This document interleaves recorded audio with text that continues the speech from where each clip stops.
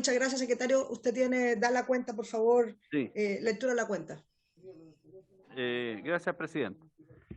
Se han recibido los siguientes documentos.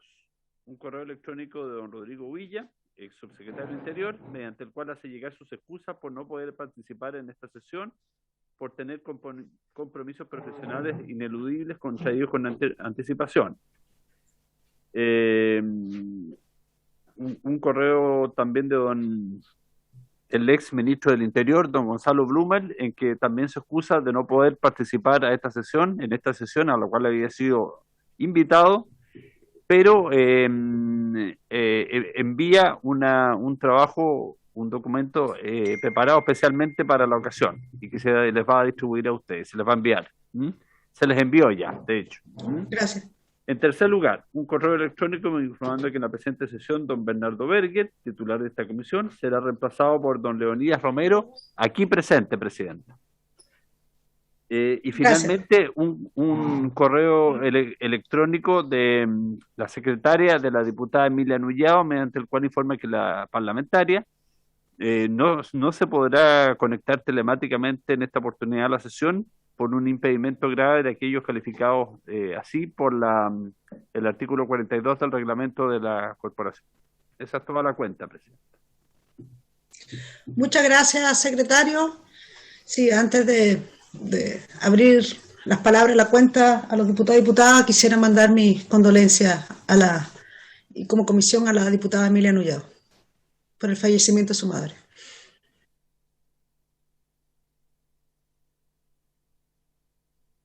No sé si me escucha, secretario.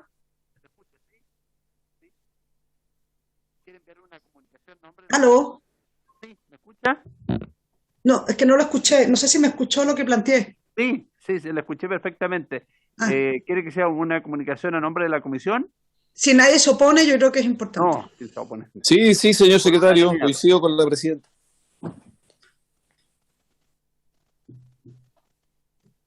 Muchas gracias.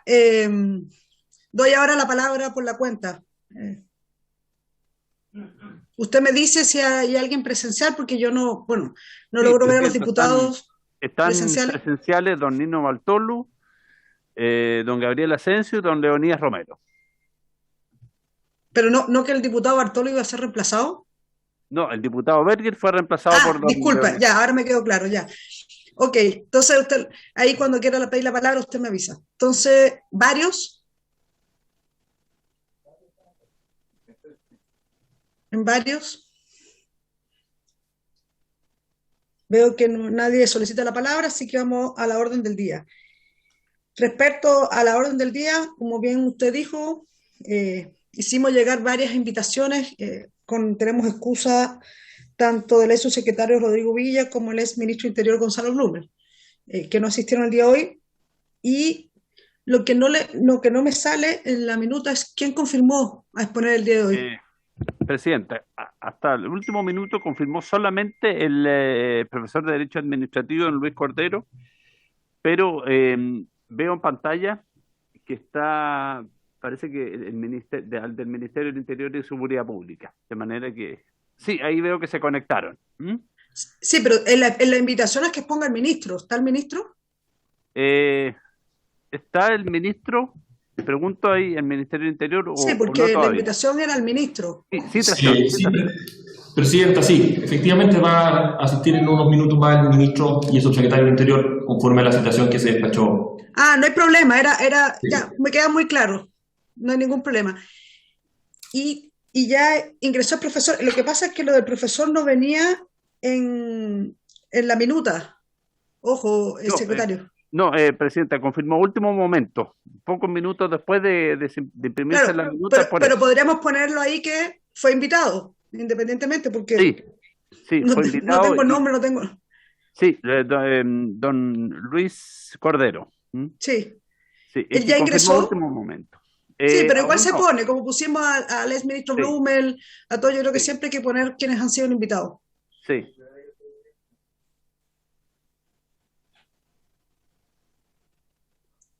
Aló, es que no sé si usted me está escuchando, porque le consulté si ya ingresó el profesor Cordero. No, todavía no, pero confirmó, ¿eh? Sí, hagamos algo, voy a suspender por 5 minutos porque tanto el ministro todavía no ingresa y nuestro invitado abogado Luis Cordero, profesor Cordero, todavía 5 minutos. Así que suspendo la sesión por 5 minutos.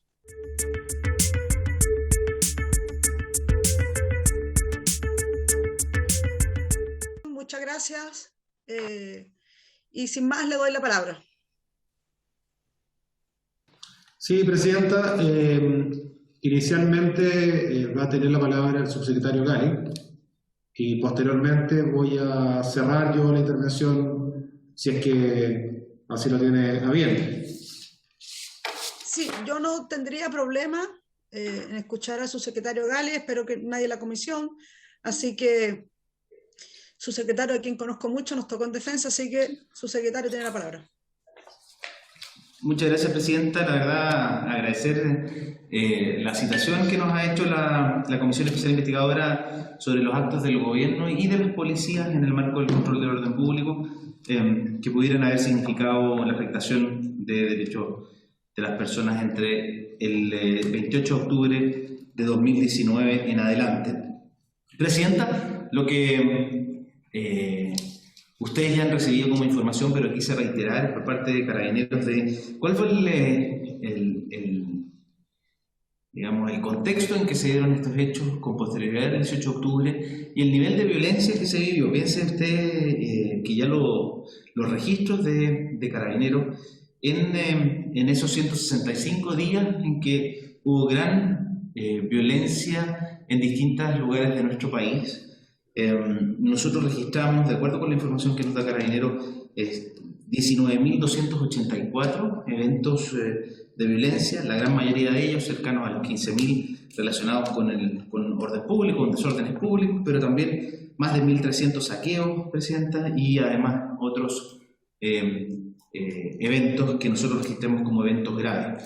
Obviamente estos eventos, Presidenta, yo tengo la gráfica aquí presente, se concentran en su intensidad en los primeros meses de ocurridos los hechos. Piense usted que el registro de eventos durante el mes de octubre fue de 1.383 eventos durante el mes de octubre con posterioridad al 18 y el mes de noviembre donde se concentran 1.089 eventos durante dicho mes. Después el número de eventos violentos baja considerablemente.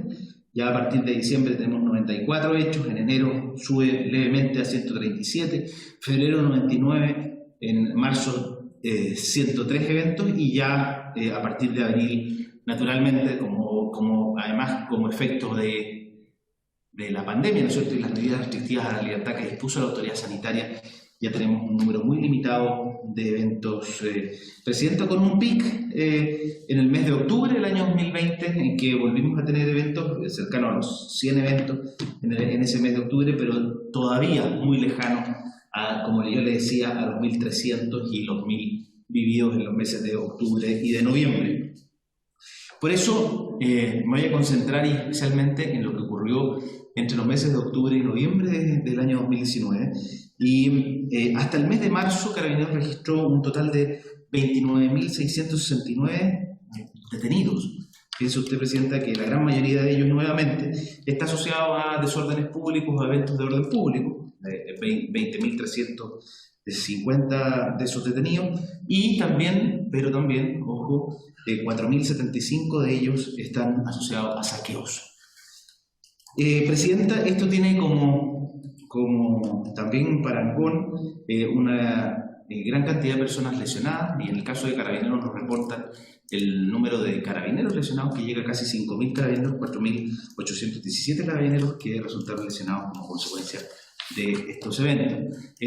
Particularmente, solo para transmitirle, Presidenta, que esto también muchas veces significó un ataque permanente a unidades policiales. 152 cuarteles fueron dañados con el contexto de 544 ataques a cuarteles y 738 vehículos resultaron dañados producto de casi 1.200 ataques directos en contra de patrullas de Carabineros. Solo para que se hagan una idea, Presidenta, 738 vehículos representa hoy día casi un 16% de la dotación total de vehículos de Carabineros, es decir, casi un 16% de los vehículos totales de Carabineros, de los vehículos que están haciendo rondas policiales, recordando a la ciudadanía, resultaron dañados como consecuencia de ataque ocurrido en este periodo.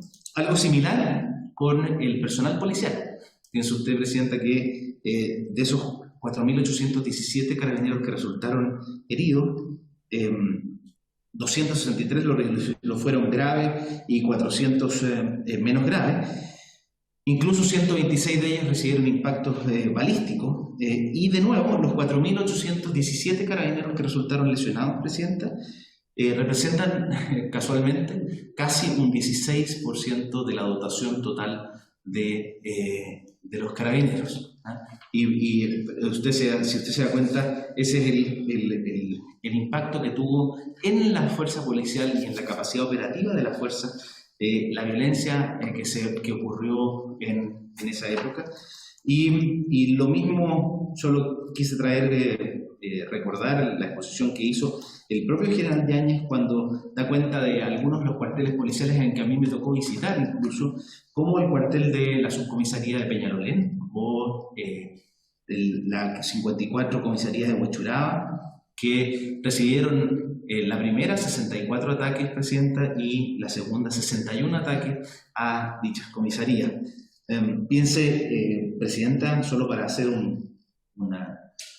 una idea de la cantidad de ataques, entre octubre y noviembre, el promedio de ataques diarios a cuarteles de Carabineros fue de 4,8 ataques diarios a cuarteles en el mes de octubre y 5,6 ataques a cuarteles en el mes de noviembre.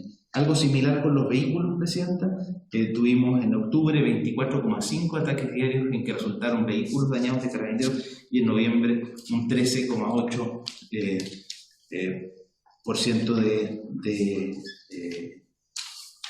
de los vehículos resultaron, perdón, no, 13,8 fue el promedio de ataques en que resultaron dañados vehículos.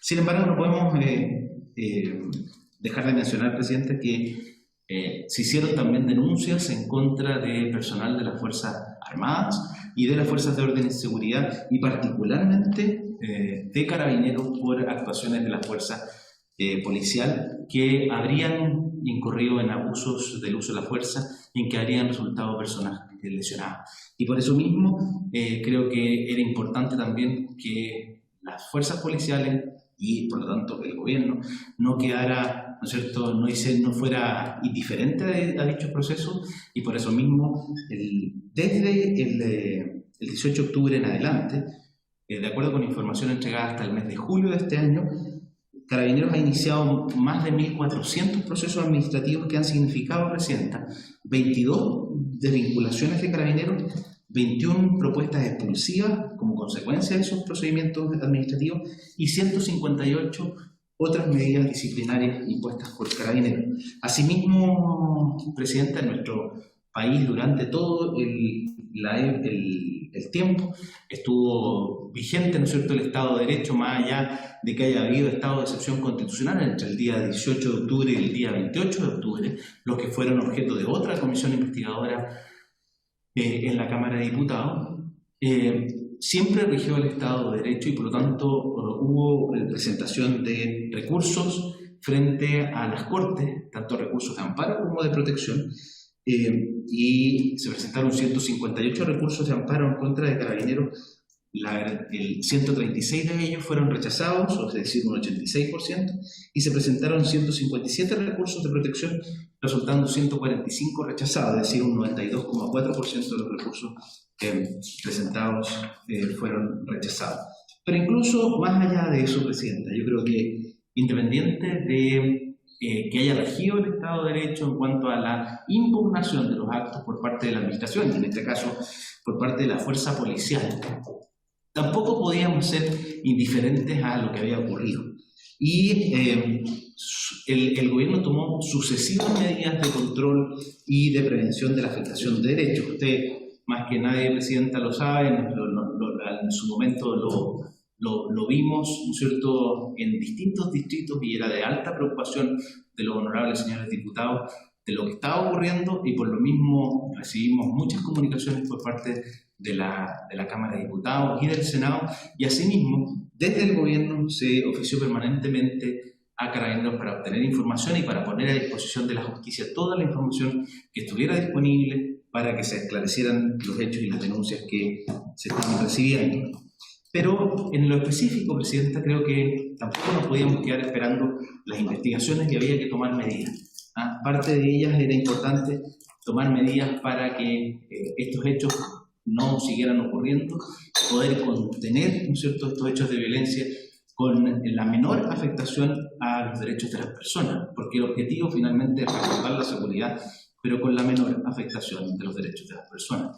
Y por eso mismo ya se limita, ¿no es cierto?, el uso de la escopeta antidisturbios por parte de Carabineros en noviembre del año 2019, pero más profundamente iniciamos desde ese momento un trabajo con Carabineros para modificar los protocolos de uso de la escopeta antidisturbios que estaban en vigencia en ese momento.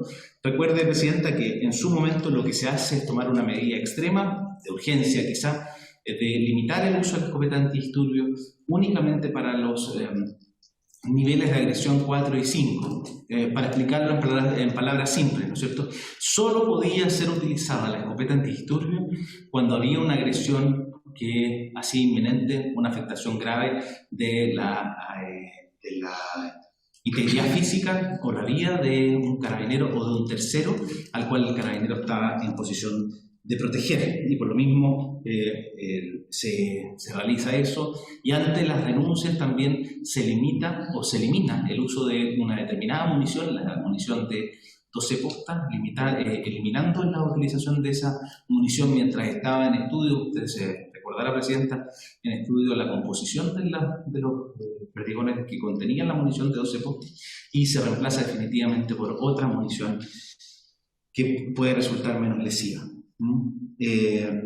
Y así tomamos distintas medidas, Presidenta, pero insisto, esto no nos podíamos quedar solo en la escopeta antidisturbios, también se hace un análisis del uso de los agentes químicos, se recibieron también denuncias al respecto y por tanto se hicieron pruebas de los agentes que se estaban utilizando en los gases lacrimógenos, y también estamos llevando adelante una modificación en los protocolos de control de orden público.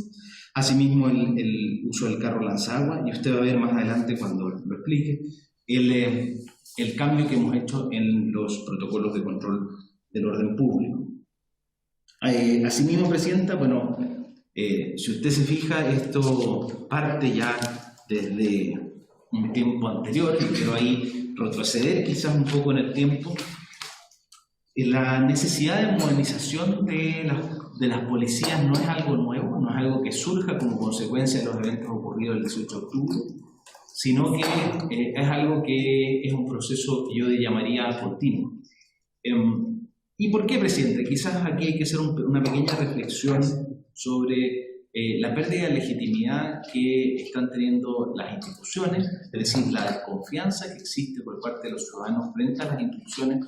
Uno puede ver estudios de opinión que dan cuenta de esta pérdida de confianza a partir de fines del año 2016 en adelante, y que en particular han afectado, y ahí hago la diferenciación, Presidente, a las policías como agentes del Estado que tienen la obligación o la responsabilidad de hacer uso de la fuerza legítima del Estado para darle eficacia al derecho. Y como consecuencia de ello ha habido un cuestionamiento a las fuerzas policiales o a la legitimidad del uso de la fuerza por parte del Estado. Y esto no es un fenómeno eminentemente chileno, Presidente. Esto lo estamos viendo en distintos lugares del mundo y particularmente en el continente latinoamericano.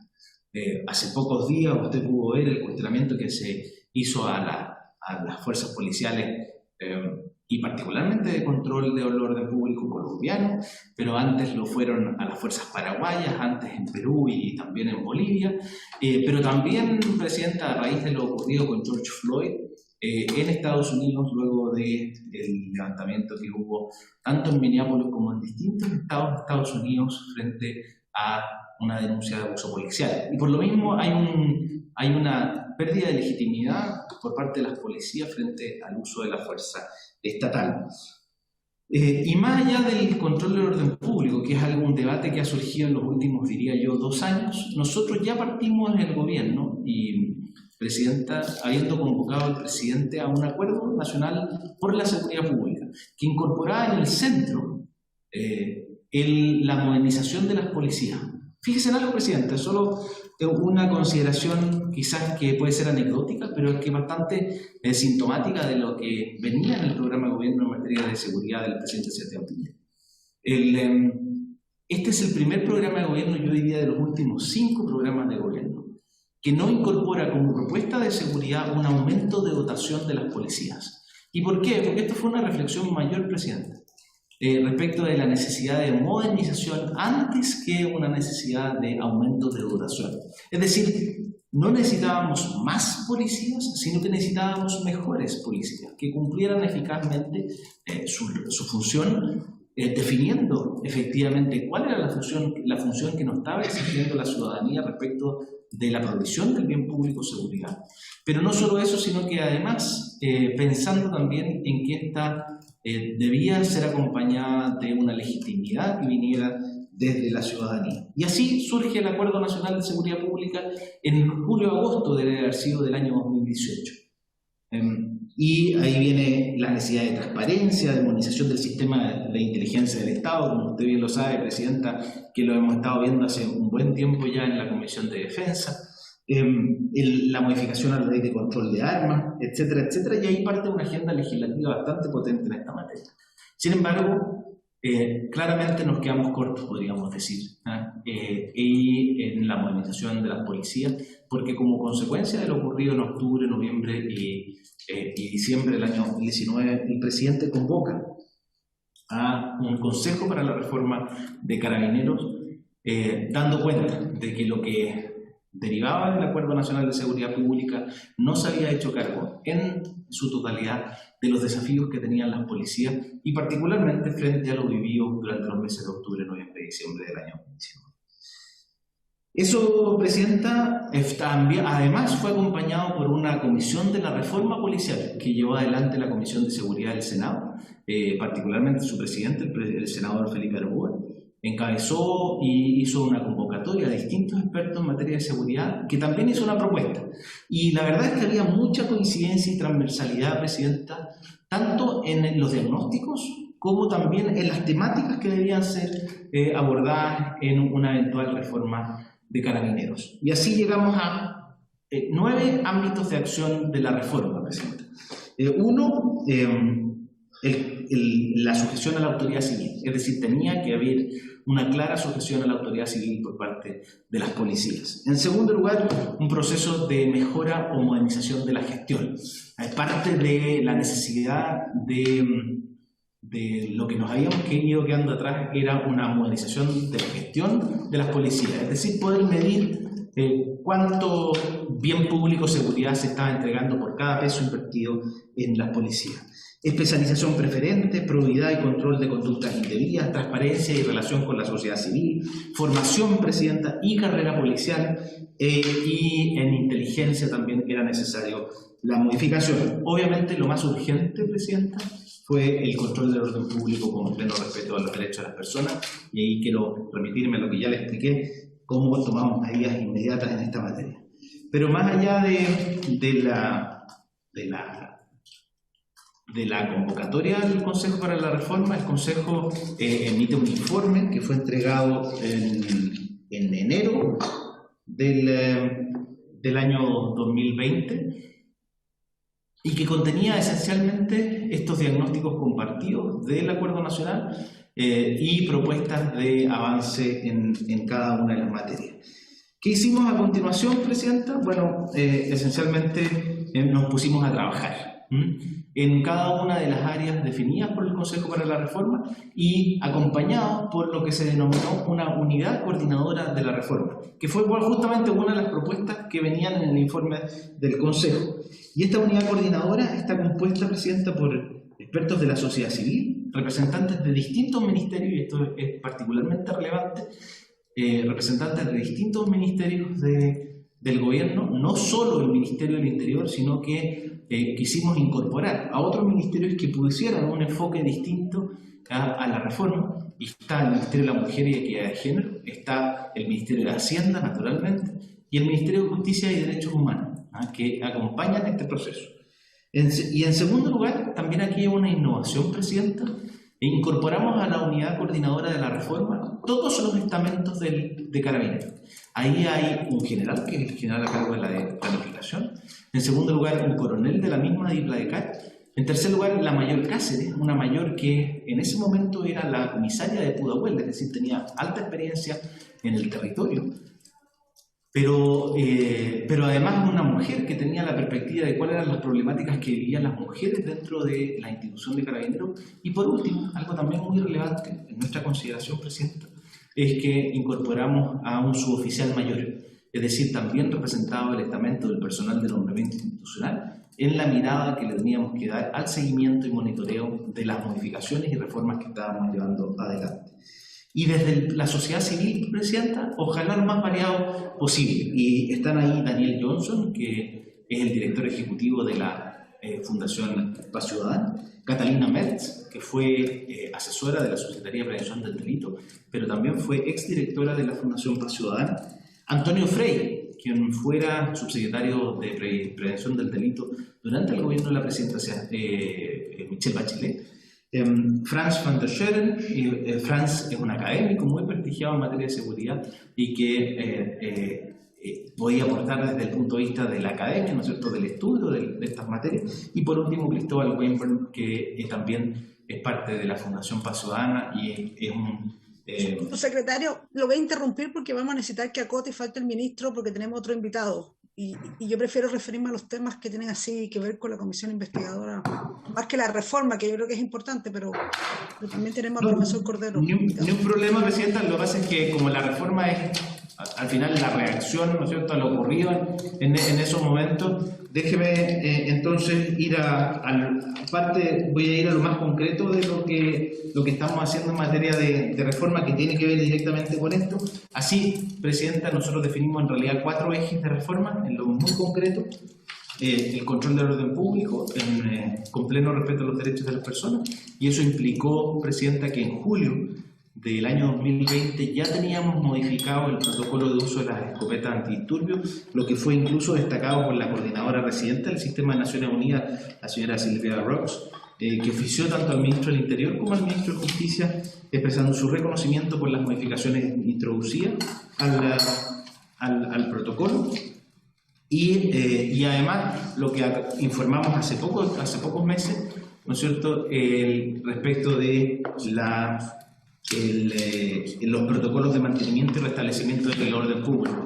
Y aquí quiero quedarme un minuto, Presidenta, solo para mostrarle el cambio que ha habido en la forma en que procede Carabineros en el control del orden público. Y por eso le digo que está muy vinculado a los hechos que ocurrieron en el periodo, ¿cierto?, de noviembre y diciembre. Sí, yo lo entiendo, pero necesitamos que ir al fondo de la comisión. Entonces, para que no se me enrede el tema, porque tienen que hablar los diputados y diputadas. Entonces, no por eso.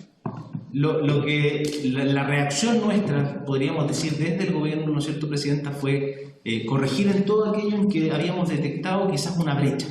Y fíjese usted, incorporamos policías de diálogo que son capaces de distinguir claramente cuando hay una manifestación pacífica de cuando hay esta manifestación deja de ser de aquellas protegidas por el derecho constitucional de reunión o manifestación. Es decir, cuando deja de ser pacífica o pasa a ser o es ejercitada con armas. Incluso con una innovación que los protocolos de control del orden público contemplan incluso la capacidad de intervenir cuando se impone una carga desproporcionada a la ciudadanía como consecuencia del ejercicio de un derecho. Y así, Presidenta, usted lo va a poder ver, le podemos enviar en detalle de todos los avances que se hicieron en esta materia. Por ejemplo, el perifoneo, es decir, las policías avisan a los manifestantes para que tomen las medidas de precaución antes de proceder, de tal manera de evitar afectar derechos de las personas cuando estén ejerciendo su derecho a manifestación, si es que hay presencia de violencia generalizada o hay hechos constitutivos de delitos en el contexto de una manifestación. Presidenta, solo en materia de investigación, sí me interesa muchísimo hacer el punto, porque creo que eso ha sido uno de los temas que más ha estado en debate. Nosotros participamos junto con el Ministerio de Justicia y Derechos Humanos en una comisión que se formó derivada de la Comisión Coordinadora del Sistema de Justicia Penal, que a lo que apuntaba era fortalecer las capacidades del Ministerio Público de tal manera de poder llevar adelante y resolver oportunamente todas las investigaciones que por denuncias de violencia institucional que estuvieran hoy día pendientes. Gracias a la gestión del Ministerio de Justicia y Derechos Humanos se formó una comisión. Nosotros hemos puesto a disposición todas las capacidades, tanto de la PDI como de Carabineros, hemos puesto a disposición toda la información que sea requerida y además hemos apoyado al Ministerio Público en los requerimientos que se nos han hecho para efectos de poder potenciar sus capacidades en investigaciones tan complejas como esta, y de tal manera de poder poner toda la información a disposición y pues que se resuelvan lo más oportunamente posible esas investigaciones y poder llegar, ojalá, a la verdad de los hechos y eventualmente a determinar las responsabilidades de quienes pudieron haber ocasionado los daños y de esa manera que los tribunales determinen la responsabilidad de los que participaron y, si así lo estiman, condenas para aquellos que sean responsables de los delitos cometidos. Por eso mismo creo que es tan relevante el trabajo que estamos desarrollando con el Ministerio Público. También se fortaleció el servicio médico legal, de tal manera que se pueda llevar adelante, por ejemplo, las normas del protocolo de Estambul, para que poder contactar a las víctimas y que éstas se sientan seguras de poder hacer ver sus puntos de vista en el proceso judicial y ser acompañadas adecuadamente y poder confiar, ojalá, en el sistema judicial y que sus casos puedan ser esclarecidos y los responsables determinados en caso de que hayan sido dañados como consecuencia de la acción de algún agente del Estado. Eso se está llevando adelante, Presidenta, e incluso se están redistribuyendo recursos dentro del Ministerio Público para poder potenciar esa materia. Y sin perjuicio de eso, además hemos llevado adelante todo un proceso de capacitación y recapacitación, es decir, reentrenamiento dentro de las fuerzas policiales en todo lo que son los protocolos y en materias de derechos humanos. Subsecretario, 5 minutos porque quiero escuchar al ministro y me falta el otro invitado. Por favor. Ningún problema. Y de esa manera, no, Presidenta, solamente le voy a mencionar los otros 3 ejes de la reforma. Es que no estamos en la reforma porque estamos en la comisión investigadora, entonces siento, de verdad, en otra comisión hablamos de la reforma, pero necesitamos tener espacio para las preguntas respecto a los temas de la comisión investigadora. Subsecretario, lo lamento, pero yo creo que... No, por eso, solo se los menciono, Presidenta, lo que pasa es que estas son medidas que nosotros adoptamos. Sí, pero yo quiero abordar lo que ha pasado. Nosotros queremos abordar lo que ha pasado. No, ningún problema, solo mencionarle entonces, en materia de sujeción a la autoridad civil, se hicieron cambios en institucionalidad y gobernanza, en materia de armonización, transparencia y probidad, en armonización de la gestión, que usted conoce muy bien el proyecto de ley de armonización, Presidenta, y en materia de formación y carrera, Presidenta, se amplió la formación de 1 a 2 años para el personal de nombramiento institucional y estamos prontos a ingresar un proyecto de ley en materia de carrera policial. Eso esencialmente, Presidenta. Sobre Gracias, los principios se puede referir el ministro. Gracias, Presidente. Sí, al ministro le voy a pedir lo mismo. No estamos para hablar de reforma, Carabineros. Estamos hablando de la comisión investigadora del actuar. Entonces, tal vez en un momento, en la comisión que corresponda, me parece hablar bien de eso, pero necesitamos y además tenemos que hacer preguntas a los diputadas y diputados y tenemos al profesor Cordero también como invitado. Ministro, tiene la palabra. Sí, Presidenta, buenas tardes, saludando a ustedes, por supuesto, por su intermedio, a quienes están conectados también de manera telemática. Sí, nosotros tenemos un matiz, bueno, esta es la última sesión, entiendo yo, y también es mi primera oportunidad de poder ser convocado, así que, junto con agradecer eso, a nosotros... No es por ser majadero, pero nos parece interesante también que en esta comisión quede consignado, por supuesto, qué medidas han tomado también después, ¿cierto?, de octubre, ¿cierto?, del año 2019. O sea, también hay una serie de trabajos que queríamos dejar plasmados, pero bueno, vamos a tratar de avanzar rápidamente para que puedan también entrar también en materia los otros invitados. Pero también conectando también con algunos temas, por supuesto, decir, Presidenta, que nuestras policías tienen una situación con respecto a la formación, ¿cierto? Que hay que considerarlo también en el actuar de las policías, sobre todo durante el año 2019, ¿cierto? Actualmente los estudios duran un año y se van perfeccionando a lo largo de la carrera. Sin embargo, obviamente, conectándolo también con lo que estaba diciendo el subsecretario Gaby, es una de las falencias que nosotros detectamos justamente en la formación. Y la formación también es importante ponerla también sobre la mesa, Presidenta, porque lo que ocurrió a partir del 18 de octubre fue una magnitud que superó cualquier previsión. Y evidentemente, por supuesto, nuestras policías no estaban preparadas lo suficiente para esa magnitud. Probablemente, ¿cierto?, aún con la mayor preparación no hubiese sido suficiente, porque la magnitud, efectivamente, de la violencia, también la frecuencia, llevaron al límite también a las fuerzas de orden y seguridad.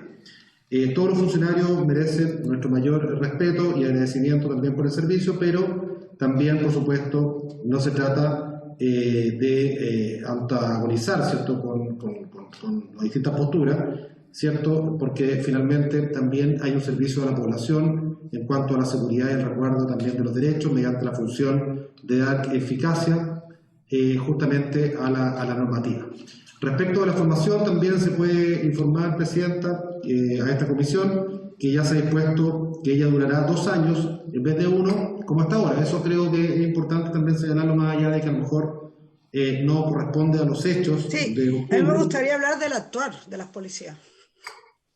Insisto, es que la comisión tiene que ver con actuar, no lo que vamos a hacer, independientemente, pero es que, porque seguramente las preguntas que le van a hacer los diputados y diputadas tienen que ver con ese tema.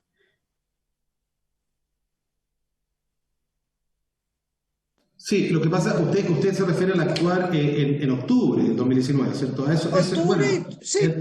En realidad, Presidenta, por eso te digo, mi presentación, como esta es la última sesión y yo no había sido convocada a la anterior, por lo menos no pude participar, estaba dando cuenta un poco de lo que se ha hecho también a partir justamente de octubre de 2019.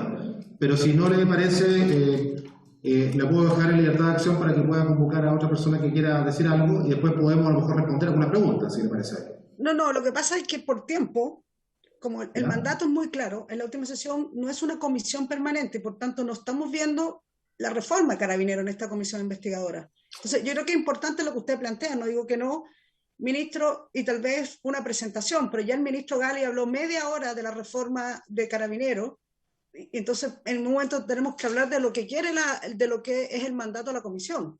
Es decir, creemos que es suficiente media hora hablar de reforma Carabinero. Es que no es solo reforma Carabinero, es el actuar de las policías a partir de octubre del 2019 y con ello también, por supuesto, las medidas que se han tomado ex post. Eso es lo que nosotros entendemos que también es relevante para esta comisión, porque me imagino yo que el sentido también es que lo que ocurrió en octubre de 2019 no se vuelva a repetir y para eso nosotros estamos entregando también algunas conclusiones con respecto a todo lo que se ha hecho. No es que no se hizo nada, todo lo contrario, se ha avanzado en protocolos, en formación, en distintas situaciones que también son relevantes, pero si usted no lo considera así, Presidenta, porque no, yo encuentro relevante, pero el ministro, el subsecretario, disculpe, a Gali, expuso largamente también. Le dimos media hora para la exposición, que me parece muy bien, pero claramente también tenemos que ver el actuar y las consultas respecto al actuar de las policías, de los diputados y diputados. Entonces quedamos a su disposición, Presidenta, puede seguir con la sesión, nosotros podemos responder las preguntas cuando lo estime pertinente. Sí, vamos a pasar al tiro las preguntas y a lo mejor ahí usted también puede ir, obviamente, complementando respecto a las preguntas de las diputadas y diputados y después vamos a recibir, que ha estado acá ya en la sesión, el profesor Cordero, Luis Cordero, que está acá. Diputada Carmen Hertz, tiene la palabra. Gracias, Presidenta. ¿Se escucha? Sí. ¿Escucha? Sí. Presidenta, bueno, saludar a las autoridades que están presentes, que fueron citadas a esta comisión investigadora, tanto el ministro como el subsecretario y también el profesor Cordero.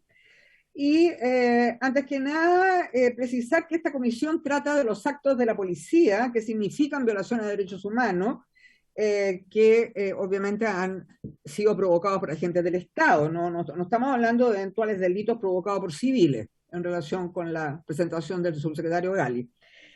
Yo quisiera hacerle dos consultas al subsecretario. Tanto el subsecretario como el ministro, supongo, conocen la ley 20.357 que tipifica los crímenes de lesa humanidad, genocidio y crímenes de guerra en nuestro país. Y conocen la caracterización de los crímenes de lesa humanidad, que significa el ataque generalizado o sistemático, ¿no es cierto?, contra la población por agentes del Estado en uso desproporcionado a la fuerza y otras situaciones que describe. Ya sea en forma simultánea o sucesiva, que es precisamente lo que ha ocurrido en nuestro país, desgraciadamente, a partir de la llamada revuelta popular del 18 de octubre. Porque, por cierto, ha habido un patrón de conducta, como muy bien lo saben, no haya una coincidencia entre que a un capitán de carabineros se le ocurrió en Iquique y al mismo haya otro en Curepto se le ocurrió lo mismo y a otro en Corrales que lo mismo. No, hay un patrón de conducta que no es por arte de magia, sino es por instrucciones o por la falta de control de las autoridades civiles sobre los órganos policiales. Mi pregunta es la siguiente. Desde que el subsecretario Gali asumió, en el país se han producido alrededor de 100 traumas oculares más. Cuando él asume, habían alrededor de 359 víctimas de traumas oculares y 2.040 personas heridas por arma de fuego, de acuerdo al Instituto Nacional de Derechos Humanos. Mi pregunta es que, atendida esta situación, añadiendo además las muertes provocadas por carabineros a civiles, entre ellos Alex Núñez de la comuna de Maipú, si se le dio alguna instrucción específica a carabineros para que en el ejercicio del orden público no podían provocar traumas oculares, porque los traumas oculares no se provocan por casualidad. Los traumas oculares se provocan porque carabineros dispara proyectiles de impacto cinético a la parte superior del cuerpo de los manifestantes. Esa es la razón por la cual este país tiene el triste récord de tener más traumas oculares que zonas en conflicto bélico. Quisiera saber si en específico se le dio esa instrucción a carabineros que no podían provocar más traumas oculares, más lesiones graves o más muertes. Si fue así, si existen actas de las reuniones de los comités policiales con la Subsecretaría del Interior y además qué información fue la que se le entregó al presidente de la República sobre este punto. Gracias, presidenta. Muchas gracias, diputada.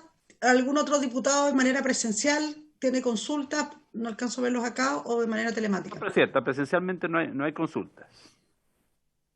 Ya, yo tengo unas consultas porque parece que telemáticamente tampoco.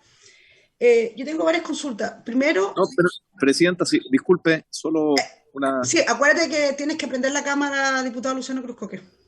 Perdón, la prendo inmediatamente. Porfa, es que no le había visto la mano. Tiene la palabra, Sí. diputado. Muy bien. No, solo primero agradecer la exposición del ministro, pero creo que le faltó una parte según lo que tenía estipulado exponer. No sé si será posible que luego de la primera ronda de preguntas pueda terminar la exposición. Después, porque el mandato está en la comisión investigadora por el actuar de las policías y las violaciones de derechos humanos, no es la reforma carabinero. Una vez que exponga, y si la comisión da más tiempo, el profesor Cordero no tendría problema, pero por no dar tiempo, creo que hay que abordar el mandato de la comisión. Gracias, presidente. Diputado Pardo, prenda porque está hablando el diputado Luciano Cruzcoque, usted está interrumpiendo. Diputado Luciano Cruzcoque. Sí. ¿Eso era? Ya, ahora usted tiene la palabra. Sí, presidenta, muy breve. Yo también me parece que es muy difícil establecer el criterio a priori, porque también las actuaciones o los delitos que se cometen por parte de civiles, si bien no son desde el punto de vista de la Comisión de Violación a los Derechos Humanos, sí son parte del contexto en que actúan las policías. Entonces, a mí me gustaría que la exposición tanto del ministro como del subsecretario no se censurara en términos de la interpretación a priori que se puede hacer sobre el alcance de lo que es la violación de los derechos humanos o los delitos, en este caso, cometidos en contra de las policías o en contra de la población. Entonces, creo que no es bueno, es mejor escuchar y luego nos formaremos la opinión todos, pero quería plantear eso, Presidenta. Gracias. Gracias, diputado Pardo. Parece que usted no estuvo porque su secretario habló más de media hora, 40 minutos hablaron entre los dos, y por tanto, y ese mandato, esta comisión tiene un mandato muy claro. Usted podrá levantar una comisión investigadora, me parece muy bien, pero esta es una comisión con un mandato extremadamente claro. Diputada Carmen Gers, me pido de nuevo la palabra. Gracias, Presidenta. No, respecto precisamente a lo que usted está señalando, está una comisión investigadora que tiene un mandato y que todos los que somos integrantes de esta comisión estamos en la obligación de conocer. Por lo tanto, es dentro de ese mandato nuestra investigación y lo que debemos hacer. No tiene que ver con si la definición de violaciones de derechos humanos, como señaló a través suyo el diputado Pardo. No tenemos que ceñir al mandato de esta comisión. Esa es nuestra responsabilidad. Gracias, Presidenta. Gracias, diputada. Presidenta. Sí. ¿Quién habla? Sí, no, es que si me permite una pregunta, Presidenta, que creo que, no sé si yo soy el confundido, pero siento si así lo es, pero no entiendo bien si es que estamos claros en el mandato, si es que es posible que la Secretaría lea el mandato de la comisión, porque por lo menos el que yo tengo se refiere al gobierno también, y además la pregunta de la diputada Hertz también se refiere a las acciones del gobierno, entonces si es sobre los actos de la policía, yo tendría que no responder. Gracias, Presidenta. Ministro Gali, yo insisto, se le dio tiempo, es su secretario, no es que no se le haya dado tiempo, su exposición es muy larga teniendo el tiempo, tenemos más invitados, todos los invitados tienen tiempo, y por tanto había más temas aparte de hablar de la reforma Carabineros, no es que no se le dejó hablar, para tenerlo claro. Presidenta, no, solamente si es posible exactamente cuál es el mandato de la comisión, porque yo parece no tenerlo claro. Sí, pero yo la presidenta de la comisión soy yo le pediré al secretario en algún momento, su secretario. Y además lo tiene que estar en el internet, además le voy a decir a su secretario, pero tenemos que avanzar, hay más preguntas y nos estamos enredando y yo voy a extender la comisión todo el tiempo hasta que podamos recibir a los invitados. Secretario, si puede leerle al subsecretario. El mandato, por supuesto, Presidenta, es Comisión Especial Investigadora de los Actos del Gobierno, en particular del Ministerio del Interior y Seguridad Pública, de Carabineros de Chile y de la Policía de Investigaciones de Chile, en el marco del control de orden público que hayan implicado afectación o violación de los derechos humanos de civiles en el periodo comprendido entre el día 28 de octubre de 2019 y la fecha en que esta Comisión Especial concluye su investigación. Eso es, Presidenta. ¿Estás suscrito a la violación de derechos humanos? Sí, lo dice, lo leí. Exactamente. Yo le voy a hacer ahora las consultas. No sé si hay más diputados o diputadas para no pasar a llevar a nadie. Bueno, yo tengo varias consultas. Hace poco el ministro me respondió un oficio respecto al secreto del contenido de el gas, el líquido de el carro lanzagua, que era secreto. Y la verdad es que eso genera, y ahí mi consulta, es decir, estamos en una democracia, un Estado de Derecho, yo creo que es importante saber qué es el contenido y públicamente, con transparencia respecto a el líquido que finalmente se le dispara a la ciudadanía con los lanzaguas, que ha generado una serie de alergias, erosiones y quemaduras en la piel de muchas personas. Entonces, entiendo, usted me contestó, ministro, mi oficio donde dice que es reservado, pero nuevamente creo que igual va a ser la pregunta en la comisión investigadora porque esto tiene que ver obviamente con los derechos humanos de las personas que se han visto afectadas por el contenido del líquido de las lanzaguas. Segunda pregunta tiene que ver con el copamiento que ocurrió en la Plaza Baqueano, Plaza Dignidad, porque el intendente Guevara plantea que él no dio la orden. Y Carabineros decía que nos planteó que no estaban los protocolos. Y la pregunta es, ¿quién dio la orden para el copamiento? Creo que es importante aclararlo. En tercer lugar, la otra pregunta a propósito, y lo he preguntado varias veces porque usted sí dijo, y yo lo escuché mientras relató, que han trabajado con el Ministerio de Justicia. Y ahí mi pregunta es si por parte del gobierno están pensando en impulsar, apoyar una comisión de verdad y justicia.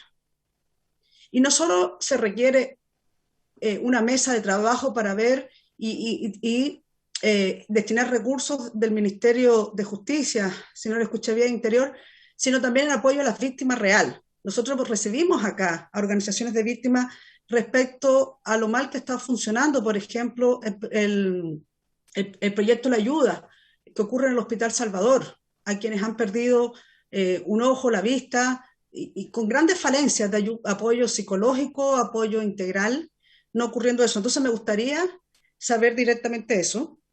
Y en cuarto lugar, también usted, su secretario Gali, planteó que había visitado comisarías cuando estas fueron atacadas respecto al ataque sufrido por Carabineros, cosa que nosotros claramente hemos dicho que condenamos la violencia venga donde venga, pero la pregunta es si también asistieron a las comisarías cuando personas que fueron detenidas sufrieron violaciones a los derechos humanos. Y sabemos varios casos, por ejemplo, entre ellos el de Macul, donde estudiantes denunciaron violencia por parte de Carabineros. Entonces, si existió alguna diferencia por parte de trato del Ministerio del Interior. Muchas gracias.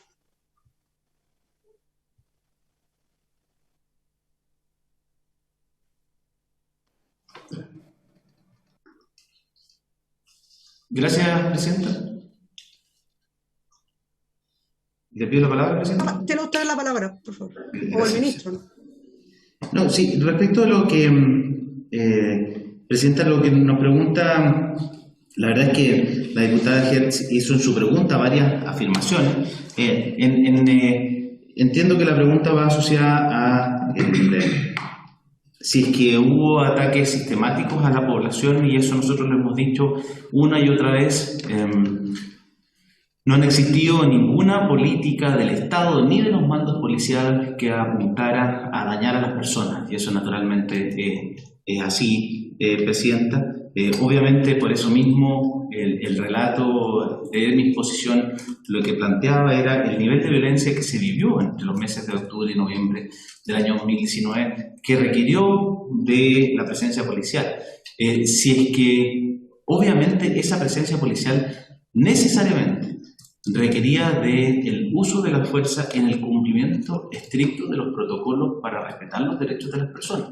Y cuando así no haya ocurrido, lo que corresponde es que sean tanto los sumarios administrativos como también las investigaciones penales que lleva adelante el Ministerio Público las que determinen si es que en ese caso se cometieron delitos, y si es que se cometieron delitos, quiénes fueron los responsables, y por lo tanto que esos responsables sean sancionados conforme lo establece nuestro ordenamiento jurídico. Eso es lo que corresponde, Presidenta, y por lo mismo es lo que debemos hacer. Naturalmente, desde que yo asumí en la Subsecretaría del Interior, a raíz de la pregunta de la diputada Hertz, Presidenta, nosotros no solo tomamos medidas, Presidenta, continuamos ya las disposiciones y profundizamos las medidas. Por eso a mí me parece un poco contradictorio que cuando yo les estaba relatando, ¿no es cierto?, las medidas que habíamos adoptado, usted me dijera, Presidente, que no me refiriera a eso, sino que a los hechos del pasado. Bueno, por eso mismo parte de la exposición era la modificación, el trabajo que llevamos adelante junto con el Instituto Nacional de Derechos Humanos y la Defensoría de la Niñez en la modificación del protocolo de uso de la escopeta antidisturbios, justamente como una acción positiva para evitar que el uso de un medio menos lesivo que se le entrega a Carabineros para su uso en la operación policial no resultara en el daño de las personas. Es justamente por eso que se modifica el protocolo de uso de la escopeta antidisturbios. Uno podría estar de acuerdo o no con que sí es el nivel de intensidad de modificación de ese protocolo, pero por eso mismo nos sentamos a la mesa con el Instituto Nacional de Derechos Humanos, le pedimos sus consideraciones a la Defensoría de la Niñez, e incluso ahora en los los protocolos que estamos revisando ahora, porque nosotros no nos quedamos, Presidenta, solo en la modificación del protocolo del uso de la escopeta antidisturbios. Ese es uno de los 11 protocolos que están siendo objeto de modificaciones y análisis por parte del Ministerio del Interior, justamente para avanzar en cuestionar críticamente si al final, Presidenta, la forma de enfrentar la desconfianza que tiene la ciudadanía a las instituciones. Hay dos caminos, Presidenta. La vía institucional del cambio y la reforma permanente de las instituciones que se adapten a los cambios que tiene la sociedad, o la vía extrainstitucional de la violencia. Y nosotros hemos optado por la primera, Presidenta. Y por eso ustedes pueden ver, y por eso relaté con tantos detalles, pido disculpas a la Comisión por haberlo hecho, Presidenta, de tantos detalles del protocolo, cómo han sido modificados los protocolos de control del orden público, detallando por cada fase, desde la fase de diálogo y contención, en la fase de disuasión, la fase de dispersión y la fase de detención, Presidenta, para, en primer lugar, permitirle a las policías, frente a un desorden público, distinguir claramente entre aquellos ciudadanos que están haciendo ejercicio legítimo del derecho de reunión y manifestación, de aquellos ciudadanos que cometen delitos y por lo tanto deben ser detenidos y puestos a disposición de la justicia. Pero uno de los avances sustantivos que tenemos que introducir en la operación policial es que sean capaces los carabineros en el terreno de distinguir entre esos dos ciudadanos, ¿no es cierto? El ciudadano que comete delito de aquel ciudadano que está haciendo ejercicio legítimo de su derecho de reunión y manifestación. Y en ese sentido, por eso hemos sido tan insistentes en la modificación de estos protocolos y además acompañados del Instituto Nacional de Derechos Humanos y la Defensoría de la Niñez y de la Subsecretaría de Derechos Humanos, de tal manera que también no solo imponerle a los protocolos de control del orden público una mirada desde el punto de vista del Ministerio del Interior y Seguridad Pública y de las Fuerzas de Orden y Seguridad, sino también someternos a ese análisis crítico por parte de aquellos que están mirando, observando esto desde otra perspectiva. Y creo que ese trabajo, Presidenta, yo se lo transmito, ha sido muy provechoso nos dedicamos meses justamente a mesas de trabajo para esta modificación de los protocolos. Respecto a los comités policiales, Presidenta, obviamente en los comités policiales nosotros llegamos a tener comités policiales diarios en el Ministerio del Interior cuando yo asumí. Hoy día tenemos 3 veces a la semana, lunes, miércoles y viernes. Todos los lunes, miércoles y viernes, temprano en la mañana, iniciamos un recuento de cuáles son los eventos que han ocurrido de orden público en el día anterior, o los 2 días anteriores, y las proyecciones de orden público que se pueden hacer hacia el futuro. En ninguno, y en eso quiero ser absoluto y tajante, en ninguno de ellos hay siquiera una mención a una instrucción relacionada con la afectación de derechos de las personas. Por el contrario, el énfasis, y así está siempre mandatado por el Presidente de la República, y usted lo puede ver en los múltiples oficios. Yo sé que la Comisión además ha tenido acceso a los múltiples oficios que el Ministerio del Interior envió a las Fuerzas de Orden y Seguridad para que se apegaran estrictamente a los protocolos de operación y además con pleno resguardo de los derechos de las personas. Y quienes los hayan infringido o hayan afectado derechos, bueno, Carabineros asumió además un protocolo de actuación que los obligaba a dar cuenta a la Fiscalía, aun cuando no existiera denuncia por parte del particular, de cualquier noticia que pudiera dar lugar a la afectación de derechos por parte de los ciudadanos. Y creo que eso es una buena práctica, Presidenta. Carabineros no espera que el ciudadano denunciara, ¿no es cierto? Esa es la regla general antes del 18 de octubre. El carabinero decía, bueno, pues si ¿de qué me está hablando? No me sirve de nada un video en redes sociales. No hay una denuncia de parte de un ciudadano. Eso hoy día no es aceptable, ¿no es cierto? Carabineros debe proactivamente poner a disposición, hacer una denuncia de oficio al Ministerio Público de tal manera que sea el Ministerio Público, un órgano externo, el que descarte que en ese registro audiovisual, en ese audio o en esa denuncia ciudadana pueda haber ocurrido algún delito en que esté involucrado un agente de la policía. Respecto a su pregunta, Presidenta, quizá hay un malentendido. Hay una que le hice al ministro, hay varias que no solo a usted. Sí. Respecto del secreto del contenido... Escucha, esa pregunta se la hice al ministro, su secretario. Yo le pido que el ministro me conteste las que yo le hice al ministro y la suya a la suya. Sí, lo que decía su oficio, Presidenta, era que la información había sido entregada, ¿cierto?, a la comisión respectiva, que es una comisión de inteligencia, entiendo. ¿Se me corrigen de acá? No tengo el oficio acá a la mano, pero lo que se decía era que esa información era... Acá lo tengo, disculpa.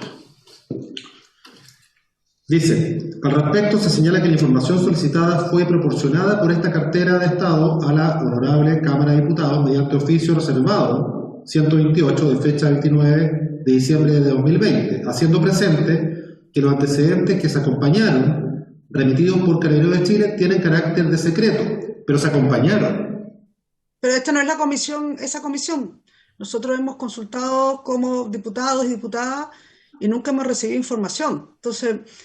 Presidenta, es que si me lo permite, las relaciones entre los poderes del Estado se conducen a través de las secretarías, por eso mismo los oficios salen a través del secretario de la Cámara y no de cada diputado o de diputada o de cada comisión. Su secretario, yo no le di la palabra, yo le pido respeto, el ministro me estaba contestando, yo le daré la palabra en su momento. No hay problema, presidente. Usted tiene la costumbre de interrumpir, pero le pido por favor paciencia, que me estaba contestando al ministro.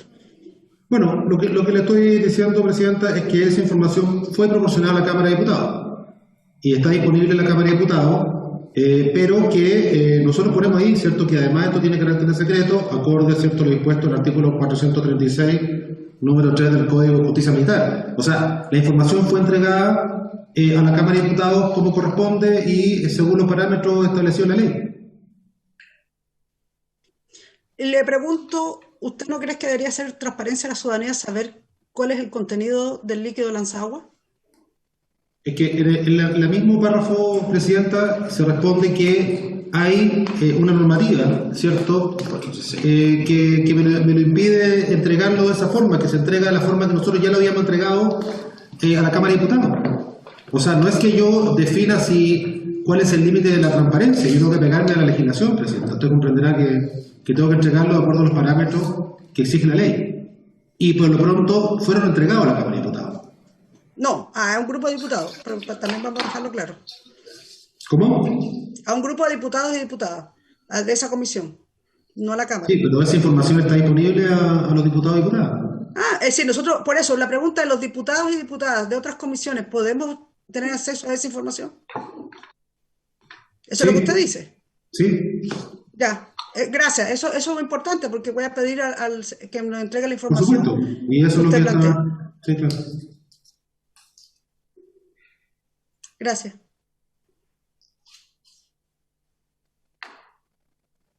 ¿Y las otras preguntas? Esa era la que me correspondía, el secretario Gali. ¿Sí? Sí, puede hablar el secretario Gali, ¿no? Sí, por supuesto. Ok, subsecretario. Gracias, Presidenta. Respecto de la orden de copamiento, entiendo que usted se refiere a distintas estrategias que las policías utilizan en el control del orden público.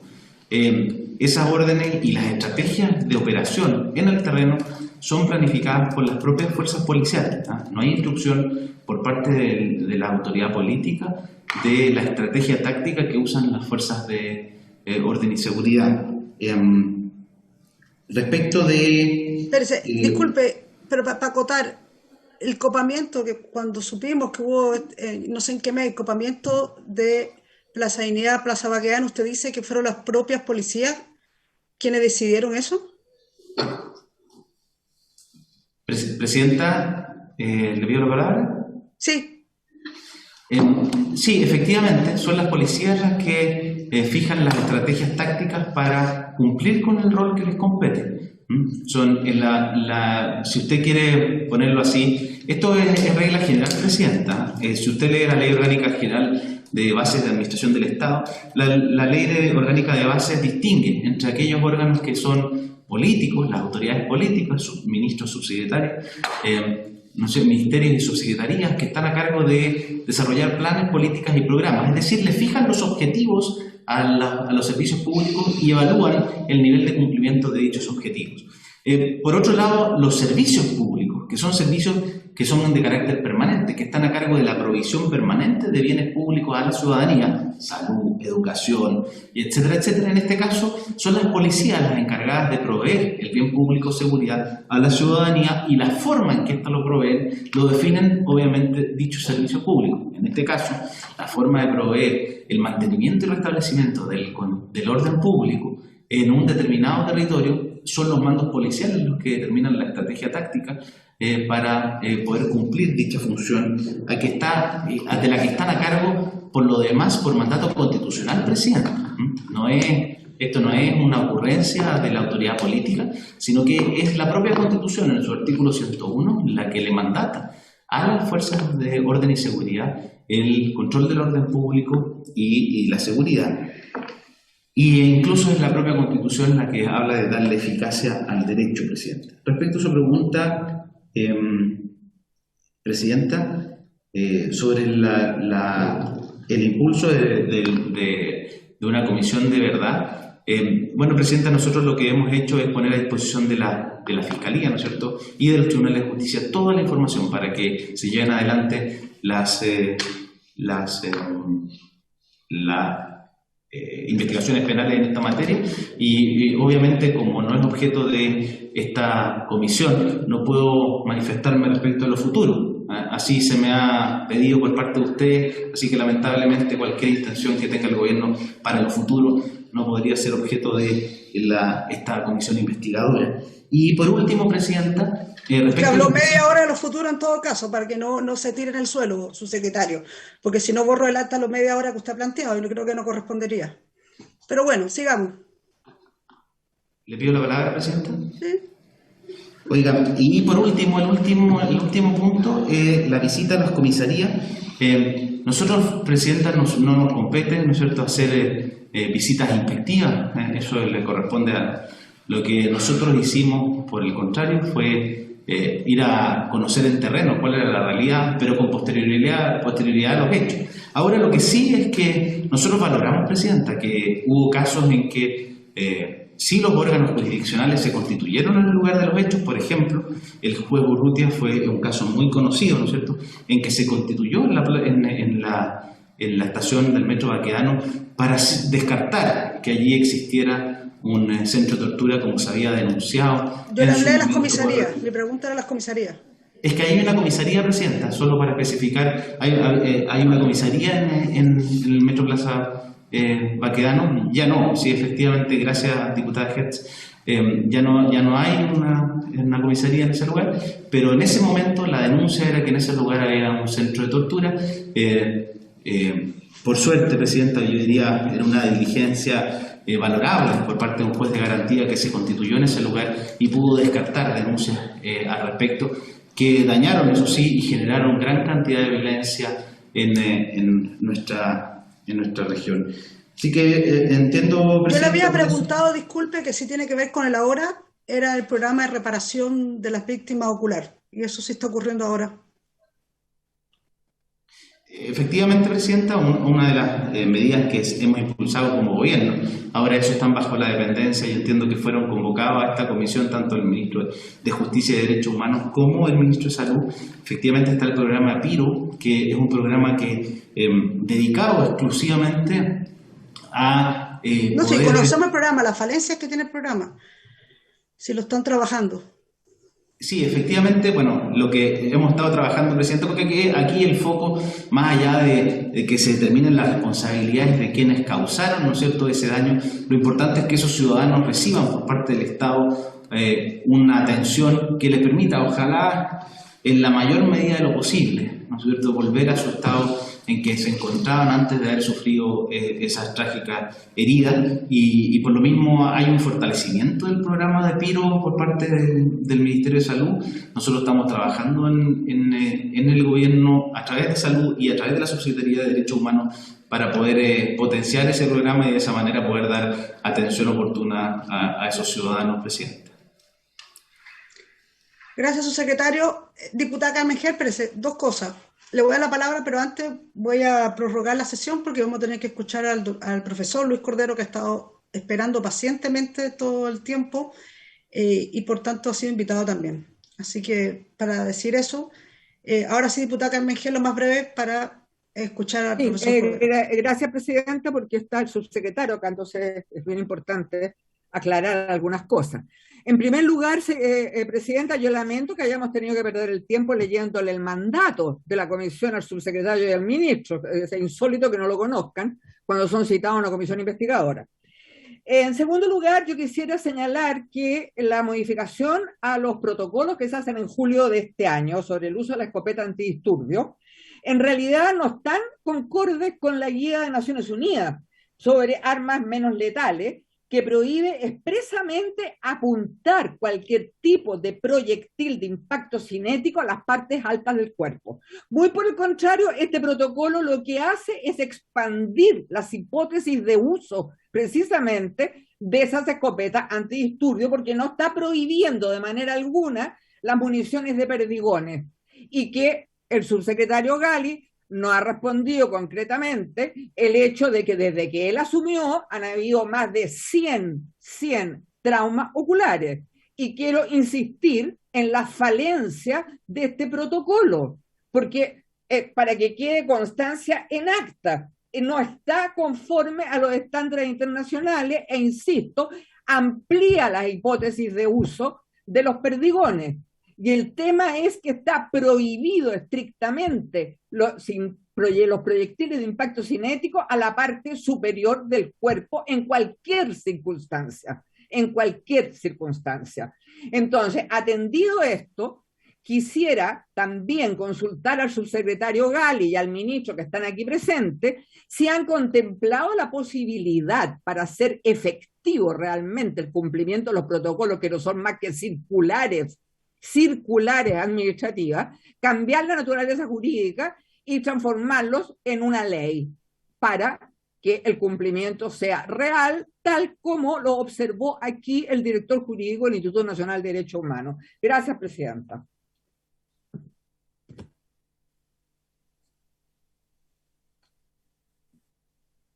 Muchas gracias, diputada Gers. No sé si quiere contestar brevemente el ministro, el subsecretario.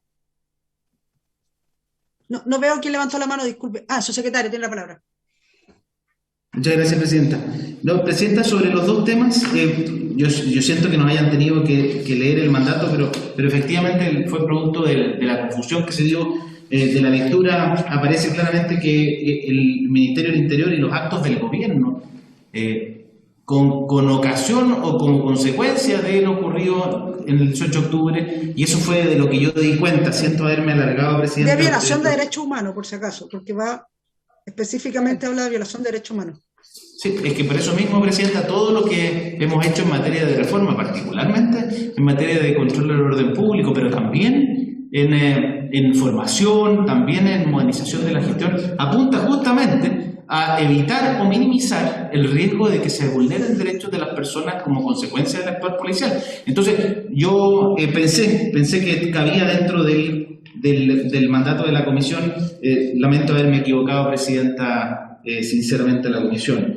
Respecto a la pregunta de la diputada Hertz, yo no sé si me está imputando responsabilidad cuando dice que hay personas que han resultado dañadas durante el tiempo en que yo soy el subsecretario, pero sí puedo dar cuenta de que hemos tomado medidas, y una de ellas es la modificación del protocolo de escopeta antidisturbios. Quizás las observaciones de la diputada se las tiene que hacer también a la representante de Naciones Unidas, que nos felicitó por la actualización de ese protocolo, pero en todo caso, como se lo dije, presidenta, nosotros no vamos a renunciar a estar permanentemente haciendo un juicio crítico de las normas que nos rigen, y parte de eso es, ¿no es cierto?, el proyecto de ley ingresado, presidenta, el 19 de diciembre del año 2019, respecto al Estatuto de Protección de las Policías, que tiene una característica que nosotros le hemos querido dar, que es regular efectivamente cuáles son los supuestos en que las policías pueden hacer uso de la fuerza acogiéndose a una causal de justificación.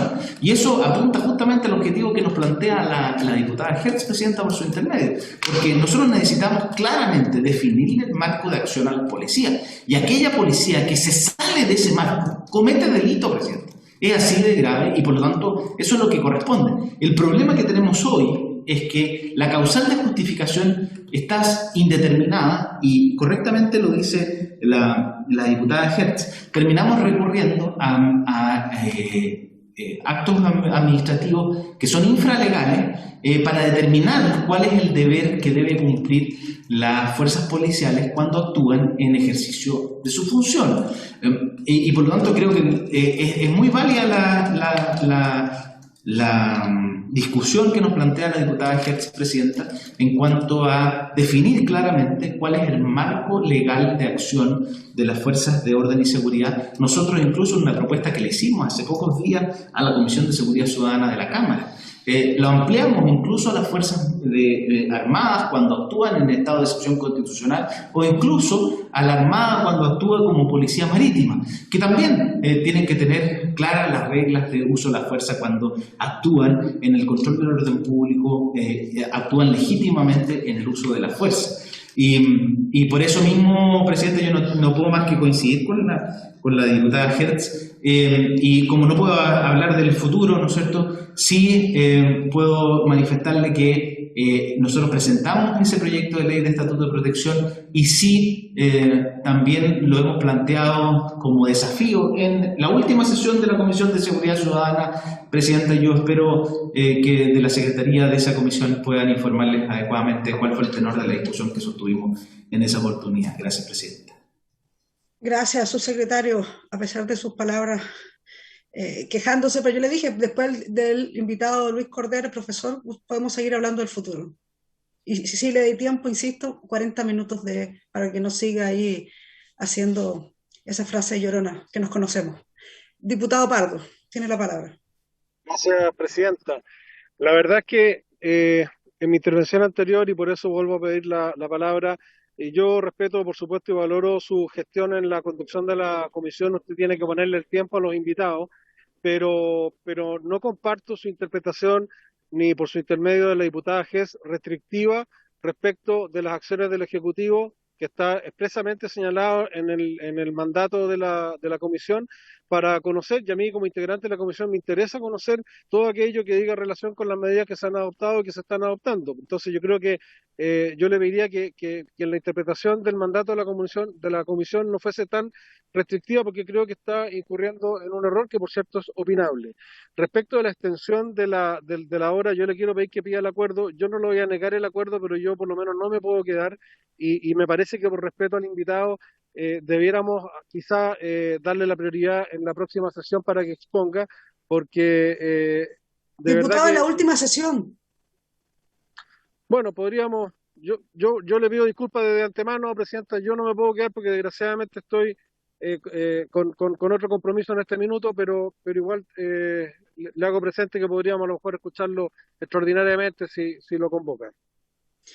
Gracias, diputado. Insisto, además también le daría tiempo después a su secretario, el ministro, más tiempo después del invitado Luis Cordero, pero creo que por respeto, como bien dice usted, no le puede dar todo el horario de la sesión solo al subsecretario y al ministro, y por tanto pedirle el acotamiento, pero después podemos seguir conversando hasta las 8 o 9, yo no tengo ningún problema, me parece que es importante la exposición. Y plantea el acuerdo, ¿alguien se opone a la extensión? No, acordado. Diputado, nuestro invitado, el profesor Luis Cordero, tiene la palabra. Como le dije a su secretario, si después o el ministro, después de nuestro invitado, podemos seguir hablando también del futuro, no tengo problema. Pero creo que el profesor Cordero también merecía todo el respeto y tiempo de la comisión por la cual fue invitado. ¿Por cuánto tiempo, presidenta? Es que termine de exponer el profesor Cordero, yo creo que es importante, bueno, y nos quedaremos quienes podamos, si así lo tiene bien el subsecretario y el ministro posteriormente. Nuestro invitado, profesor Cordero. Muchas gracias, señora presidenta, y por su intermedio saludo a todas las diputadas y diputados presentes, al ministro y al subsecretario. Voy a compartir pantalla. He preparado una pequeña presentación. Si alguien me permite habilitar la pantalla. Y trataré de ser lo más breve posible, en el fondo, ¿no? Yo lo que voy a hablar es sobre los aspectos de derecho administrativo que están asociados a esta comisión especial investigadora, dar algunas referencias generales para que ustedes puedan considerar y bueno, tratar de absolver sus preguntas en el caso que las tuviesen en el fondo, ¿no? Ya se ha repetido, el contexto de la invitación está en el mandato de la comisión y yo me voy a focalizar en los aspectos que creo que son relevantes para que ustedes evalúen y ustedes discutan cuáles son las reglas o los criterios jurisprudenciales, los cuales yo me voy a focalizar, que están asociados a los hechos que ustedes están haciendo o están llevando a cabo en la investigación. El modelo de derecho administrativo que está en juego tiene 3 reglas que son fundamentales, ¿no? Para luego entender las 2 consecuencias que esto tiene. El primero tiene que ver con la idea del control jerárquico permanente, que es un principio que está en el artículo 11 de la Ley Orgánica Constitucional de Bases Generales de la Administración del Estado, que la particularidad es que sí se le aplica a las Fuerzas Armadas de Orden y a Carabineros en particular. Y esta es una regla que es utilizada habitualmente por la jurisprudencia. Más adelante voy a hacer referencia a esa jurisprudencia de la Contraloría en particular para fiscalizar el desempeño de los superiores jerárquicos. En general, en el derecho administrativo y particularmente en la administración pública, a mayor jerarquía, irónicamente, ¿no? El sistema exige mayor responsabilidad. Eso es como esencialmente el sistema sobre el cual descansa. Esto tiene múltiples proyecciones, no solo desde el punto de vista de la responsabilidad disciplinaria, quienes trabajan en la administración lo tienen perfectamente claro, también se extiende a los casos de juicios de cuentas, por ejemplo, y tiene resultados probablemente distintos en el ámbito penal. Yo por algo me estoy solo focalizando en las cuestiones de derecho administrativo. Y ese criterio de control jerárquico permanente no solo supone ese control permanente que exige la ley, sino que no solo supone a su vez controlar la legalidad, sino que también la eficiencia y la eficacia, es decir, el cumplimiento de los objetivos a los cuales está vinculado. Lo segundo tiene que ver con la idea sobre la cual está estructurada la Ley Orgánica Constitucional de Carabineros. Creo que la exposición del Contralor fue lo suficientemente clara en la sesión anterior con ustedes. Yo solo diría que en este caso en particular, la regla legal esencialmente asume esa jerarquía y por lo tanto tiene efectos responsivos probablemente mayores. Y lo tercero tiene que ver con la regla de la Ley 20.502 asociada al Ministerio del Interior y Seguridad Pública. Si ustedes se detienen, no solo está el mandato ahí, sino que se detienen por un segundo, pareciera que la ley confiriera al Ministerio del Interior velar por el mantenimiento del orden público en el territorio de la nación. Esto se reproduce a nivel regional y provincial hoy día con los delegados regionales. Sin embargo, las normas legales aprobadas por el Congreso de la Ley 20.502, si bien suponen dependencia por parte de Carabineros y las policías del Ministerio del Interior, si uno revisa los mecanismos de competencia, son esencialmente administrativas, de seguimiento de documentos administrativos, de requerimientos de información, de establecimientos a propósito de los regímenes de servicios policiales, es decir, de corregir una cantidad de deficiencias que existían en la autonomía operativa completa que tenía Carabineros, pero las reglas sobre las cuales está construida la legislación que aprobó el Congreso en el caso del Ministerio del Interior le otorga solo supervigilancia general y por lo tanto le dota de autonomía operativa general a las policías en el fondo, ¿no? Esos 3 criterios legales son relevantes para poder comprender las 2 consecuencias jurídicas que tienen los hechos que ustedes están investigando. El primero tiene que ver con las responsabilidades disciplinarias. En general, la responsabilidad disciplinaria de hechos que pudieron haber ocurrido a partir de los eventos de octubre que ustedes analizan en adelante, se extienden no solo a los responsables de quienes ocasionaron esos incumplimientos. Ojo que desde el punto de vista del derecho administrativo es irrelevante la existencia o no de delitos. Esto es bien importante porque probablemente lo que sucede es que a consecuencia de los hechos de octubre esencialmente hemos puesto foco en las responsabilidades penales y no en los criterios de racionalidad desde el punto de vista de función pública. Ahí tienen 3 referencias jurisprudenciales relativamente estándares. La primera, ¿no?, es que esta idea de el control jerárquico permanente del superior al inferior, o a la unidad a la cual depende, aunque la unidad, ha dicho la jurisprudencia de la Contraloría, tenga una competencia genérica, ¿no?, o no tenga especificaciones, la jurisprudencia de la Contraloría ha dicho, bueno, si son así de generales, bueno, usted particularmente, el que está en la posición superior jerárquica, es el responsable del desempeño de ese organismo. En otros términos, la indeterminación de las funciones de una unidad administrativa no exime de la responsabilidad jerárquica a la cual está sujeto toda aquella autoridad que en la administración pública, incluida las policías, tengan la condición de jefe. Y la segunda, ¿no?, el segundo criterio, está vinculado a un aspecto que la jurisprudencia de la Contraloría desde muy, pero muy antiguo ha sistemáticamente señalado, y ese criterio que ha sistemáticamente señalado ha indicado que el control jerárquico es permanente. Es decir, que no supone hechos circunstanciales. Por ejemplo, el hecho de que un funcionario no le informe de una determinada actividad al superior no exime de responsabilidad al superior. Los únicos casos que habitualmente la jurisprudencia exime de responsabilidad a quienes están en posición jerárquica es cuando los funcionarios inferiores deliberadamente ocultan información, por ejemplo, ¿no? En aquellos casos que requeridos de información en un sentido, ese inferior niega la información o entrega una información equívoca o derechamente falsa, ¿no? En esos casos, la jurisprudencia de la Contraloría entiende que ese superior no puede llevar a cabo ese control jerárquico permanente que le exige la ley. El no preguntar, por ejemplo, es un caso de infracción a el cumplimiento de ese control jerárquico permanente. Por eso la posición de jefe en la administración pública es una posición que genera muchísimas y provoca muchísimas responsabilidades. Y el dictamen que tienen abajo es una referencia a uno de los casos donde la jurisprudencia de la Contraloría ha aplicado este principio, precisamente Carabineros. Este es un caso de una denuncia de acoso que está asociado a la Escuela de Formación Policial, acoso laboral, que está asociado a la Escuela de Formación Policial, donde se extravían además documentos. Lo relevante, ahí está la referencia al dictamen para que ustedes lo puedan revisar. De todo, la presentación se la voy a dejar disponible a la Secretaría también para que se las haga llegar. Cuando uno analiza el caso, lo que sucede con la jurisprudencia de la Contraloría, en este caso en particular, es que, bueno, aplica estos principios generales. Dice que sus criterios de control jerárquico permanente son aplicables y son extensibles también a las policías, en el fondo, ¿no? De ahí, por lo tanto, que esa es mi opinión, los sumarios instruidos por la Contraloría en su oportunidad y que han sido objeto de debates contra los altos mandos de Carabineros no son ajenos a la doctrina general que ha tenido la jurisprudencia sobre este punto, en el fondo, ¿no?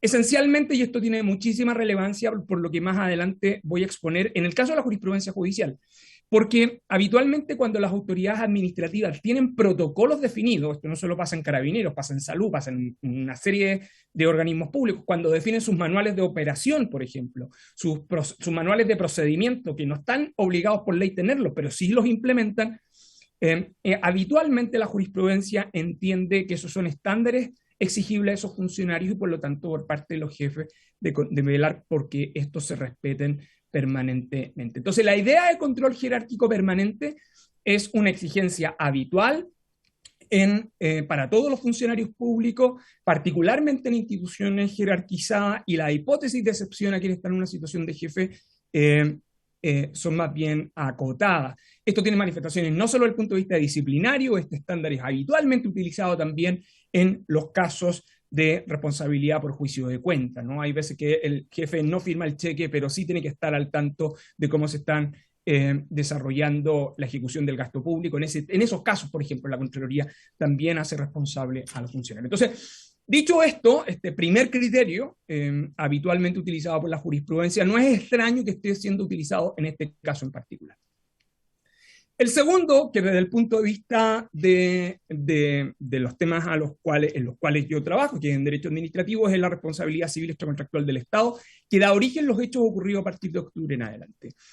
Abunda la jurisprudencia, yo solo he hecho referencia a algunos de los casos, si necesitan más detalle no tengo ningún inconveniente en hacerle llegar el resto de la jurisprudencia de la tercera sala de la Corte a la comisión, pero en general lo que yo diría es que existe bastante consenso en la jurisprudencia de la Corte Suprema de los últimos años y progresivamente consolidada en la última década, esencialmente, en que hipótesis como la que ustedes están estudiando a partir de octubre son constitutivas de responsabilidad extracontractual del Estado y van a dar origen a indemnización de perjuicio.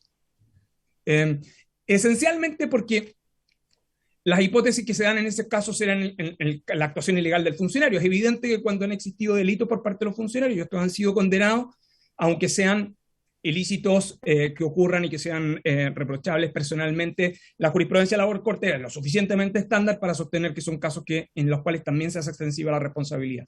Los segundos son hipótesis de riesgo creado, son aquellas cosas donde, yo voy a poner el ejemplo, a propósito del uso de la escopeta antidisturbio, donde la intervención policial genera un riesgo, ¿no? Por el simple uso de un conjunto de herramientas utilizadas para eso. El incumplimiento de protocolo. El incumplimiento de protocolos de las policías que dan origen o que permiten a los tribunales evaluar un procedimiento mal implementado, no tiene que ver con este caso en particular, pero solo a título simplemente ejemplar, la Corte durante el mes de julio, el mes pasado nada más, en 2 casos sobre denuncias de violencia intrafamiliar donde ocurrieron suicidios a consecuencia de las denuncias. Por cierto, los policías no tienen que ver con los suicidios, pero donde no implementan razonablemente bien el protocolo, la Corte Suprema entiende que el incumplimiento del protocolo lleva o tiene como consecuencia un procedimiento policial mal implementado que genera la probabilidad entonces que esa persona se hubiese estado en una condición de riesgo, que es el suicidio, y por lo tanto condena al fisco en esos casos a indemnización. O derechamente, hipótesis donde la omisión policial impide la intervención oportuna, y en esos casos la jurisprudencia de la Corte también ha ordenado indemnizaciones. El caso que ustedes tienen a su mano izquierda en la pantalla es el que yo he denominado los casos de Aysén 2012. Las movilizaciones de Aysén de 2012 generaron traumas oculares. De hecho, la referencia que ustedes tienen ahí del caso de agosto del año 2020 es un caso donde la Corte condena al Estado de Chile al pago de indemnizaciones a quien ha sufrido lesiones oculares producto del uso de la escopeta antidisturbio. Este caso tiene una particularidad además, porque no se tiene conocimiento cuál es el policía o grupo de policía que utilizan el arma. De hecho, la Corte, para la Corte no es relevante. Lo relevante es que el perdigón que afecta al lesionado, que demanda al Estado, es uno utilizado por la policía, que es evidente que fue como consecuencia de la intervención de la policía en los días de esas manifestaciones, y que por lo tanto, y esto lo que me permito destacar, el Estado tiene que hacerse cargo de los riesgos que genera el uso de la escopeta antidisturbio. La pregunta no es si el protocolo es correcto o incorrecto, sino que sencillamente el uso de esa escopeta que puede provocar daño genera una condición de riesgo, y esa condición de riesgo entonces provoca indemnización de perjuicio. Lo que quiero decir con esto es que el uso de la escopeta antidisturbio era una discusión que nosotros ya teníamos presente, al menos de los incidentes ocurridos en Aysén del 2012, los casos que llegaron a la Corte Suprema, por lo menos de los que tengo yo registrados, son 2. En un caso hay votación dividida para el rechazo, pero el segundo, donde hay votación unánime, que es el que estoy haciendo mención, es el que está ahí. Probablemente si uno compara este caso con los otros que ha venido la Corte utilizando para responsabilidad del Estado por infracción a protocolos policiales, más o menos es lo que uno debiera aspirar en los casos de responsabilidad civil que las víctimas pudieran interponer en contra del Estado. El caso que ustedes tienen a su mano derecha es un caso además reciente, que también involucra a la policía, que tiene que ver con uno de los aspectos que ustedes también están discutiendo. La discusión mirada desde el punto de vista de responsabilidad del Estado, bueno, pero aquí lo que sucedió es que la policía intervino, y esto es resultado de la exposición imprudente de la víctima al daño, en el fondo, ¿no? Y eso haría romper el vínculo causal o derechamente disminuir el monto de las indemnizaciones. En el caso de referencia que ustedes tienen a su mano derecha, es un caso de un operativo policial, donde lo que hay es un grupo de personas que están atacando a la policía y donde finalmente quedan parapetados en un lugar, pero una vez que ha cesado el ataque, los policías igualmente disparan y dañan a esa persona. La defensa del fisco en estos casos es que las víctimas se habían expuesto imprudentemente al daño, dado la forma y modo en que habían actuado frente a la policía. Para la Corte ese no es un aspecto relevante porque en rigor la Corte traslada al experto, es decir, a los policías, ¿no? La idoneidad para poder administrar la proporcionalidad del uso de la fuerza en esos casos. Esto es relevante porque en muchos de los casos ocurrió a partir de octubre en adelante. La pregunta es si la exposición de las personas en manifestaciones implica la exposición de riesgo por parte de las víctimas. La respuesta, en mi opinión, por parte de la jurisprudencia de la Corte es que esa es una situación irrelevante para efectos de la indemnización de perjuicios, ¿no? Que aquí lo importante es, ¿no?, la forma y modo en que actúan las policías. Y bueno, ¿y qué pasa si el policía está mal entrenado? ¿No? Porque esa sería como la otra hipótesis, ¿no? La otra hipótesis es que tenemos policías mal entrenados, es decir, personas que no saben utilizar las armas que están implementando, que están utilizando, ¿no? O que se permite que utilicen estas armas funcionarios que no están certificados. Eso sería como la segunda hipótesis. La jurisprudencia de la Corte ha sido clara. Cuando existe un funcionario público que utiliza un arma de fuego para el cual no está entrenado y el uso de esa arma provoca daño a los ciudadanos, el Estado debe indemnizar los perjuicios que eso provoca. Ahí está la referencia, es un caso que la Corte resolvió en 2018, es un caso bien, bien importante, porque este es un gendarme que va en el carro celular, que va camino al Palacio de los Tribunales, que es interceptado en una manifestación, ¿no?, que comienzan a mover el carro celular, es decir, que está siendo afectado directamente, y él saca su arma de servicio y la dispara al aire. El problema es que cuando dispara al aire hay personas que están viendo los incidentes y le llega a una de esas personas el disparo, en el fondo, ¿no? Este es un caso donde venía el Estado condenado, dado que el funcionario había cometido el ilícito, ¿no? Había actuado de modo negligente, etcétera.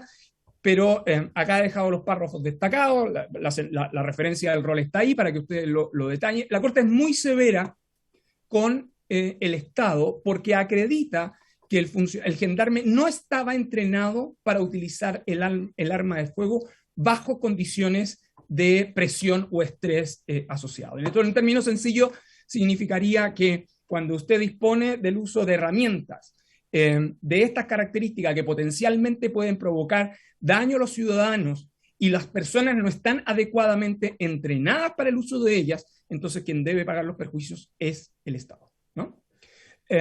Esos son los criterios, ¿no?, que hasta ahora ha ido estableciendo la Corte.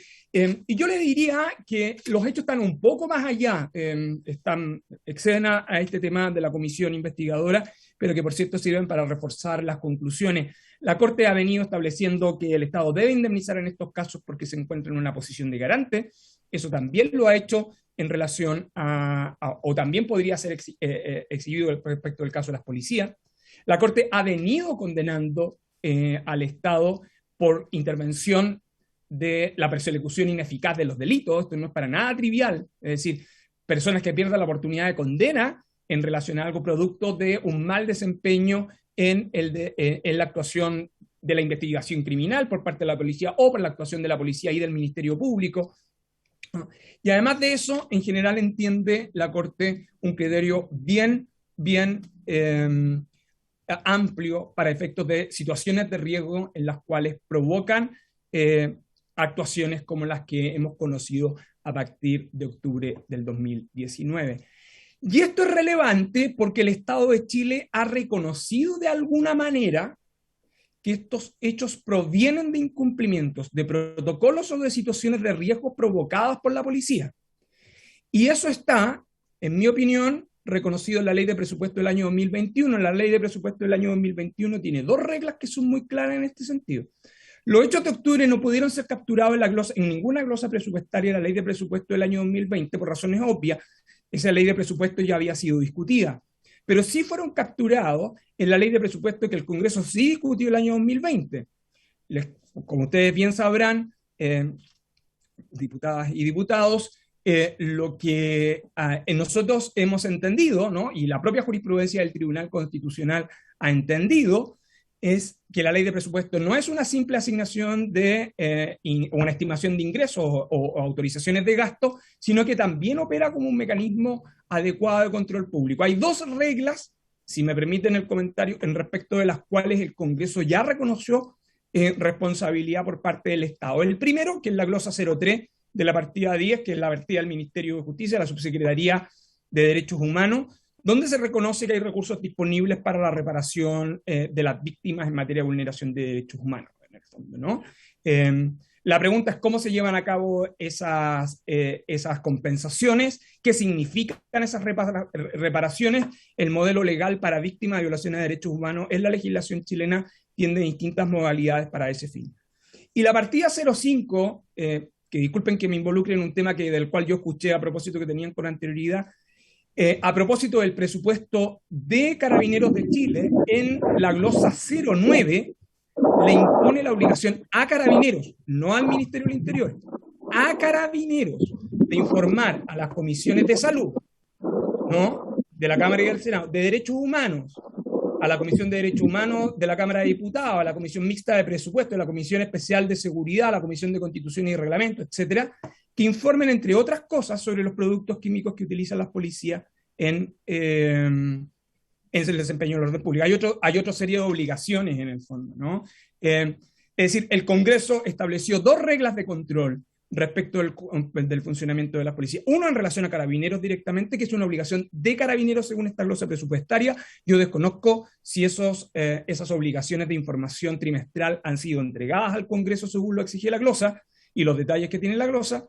Y la segunda, que tiene que ver con las reglas de reparación a las víctimas, ¿no? ¿Qué se entiende por reparación? Es una amplia discusión que uno podría considerar. Estos antecedentes son relevantes porque, sin perjuicio de la responsabilidad disciplinaria, hay toda una discusión que ya probablemente ustedes la discutieron con el Contralor. Mirado el punto de vista de la responsabilidad del Estado, existe abundante jurisprudencia que le da una alta probabilidad a que las víctimas de trauma ocular u otras que hubiesen sufrido lesiones producto de la intervención impropia de la policía o que generó condiciones de riesgo, ni siquiera es necesario ponerse en las hipótesis de delitos en concreto, van a terminar siendo condenados al Estado. El problema es que van a ser condenas que van a llegar muchísimos años después y probablemente esta abundante jurisprudencia justifica de un modo razonable discusiones sobre leyes más específicas o normas más específicas sobre las reglas de reparación. Pero por cierto, eso es un comentario adicional a lo que ustedes me habían invitado.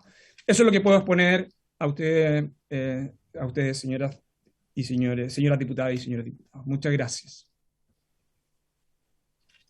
Muchísimas gracias, profesor Luis Cordero, por su exposición y por la paciencia, porque se hizo un poco largo, pero creo que era importante escucharlo en esta comisión.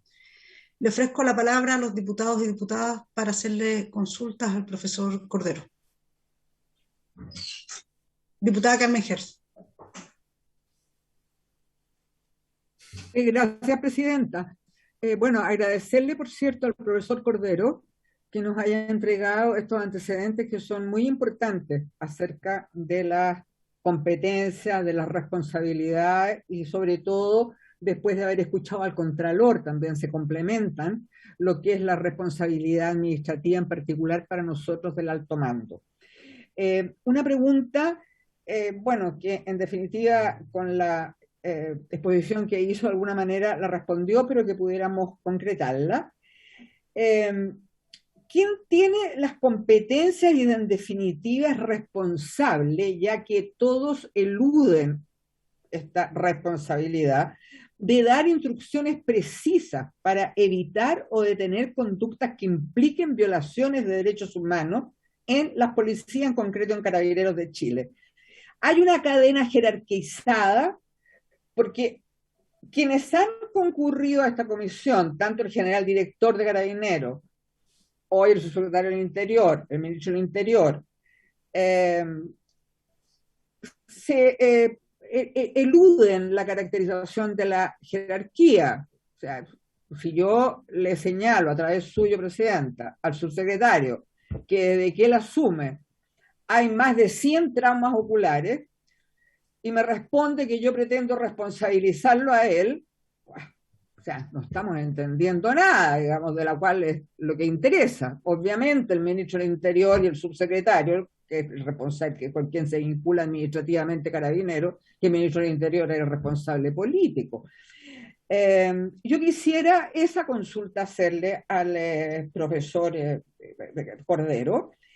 Y respecto a los procesos que están en la Contraloría contra el alto mando, que hay 3 propuestas de suspensión en el caso de 3 generales, en el evento continuar, porque hoy se encuentran en la práctica paralizados, digamos, hay una interposición de una serie de recursos y la Contraloría no es quien impone las sanciones, sino que propone la suspensión.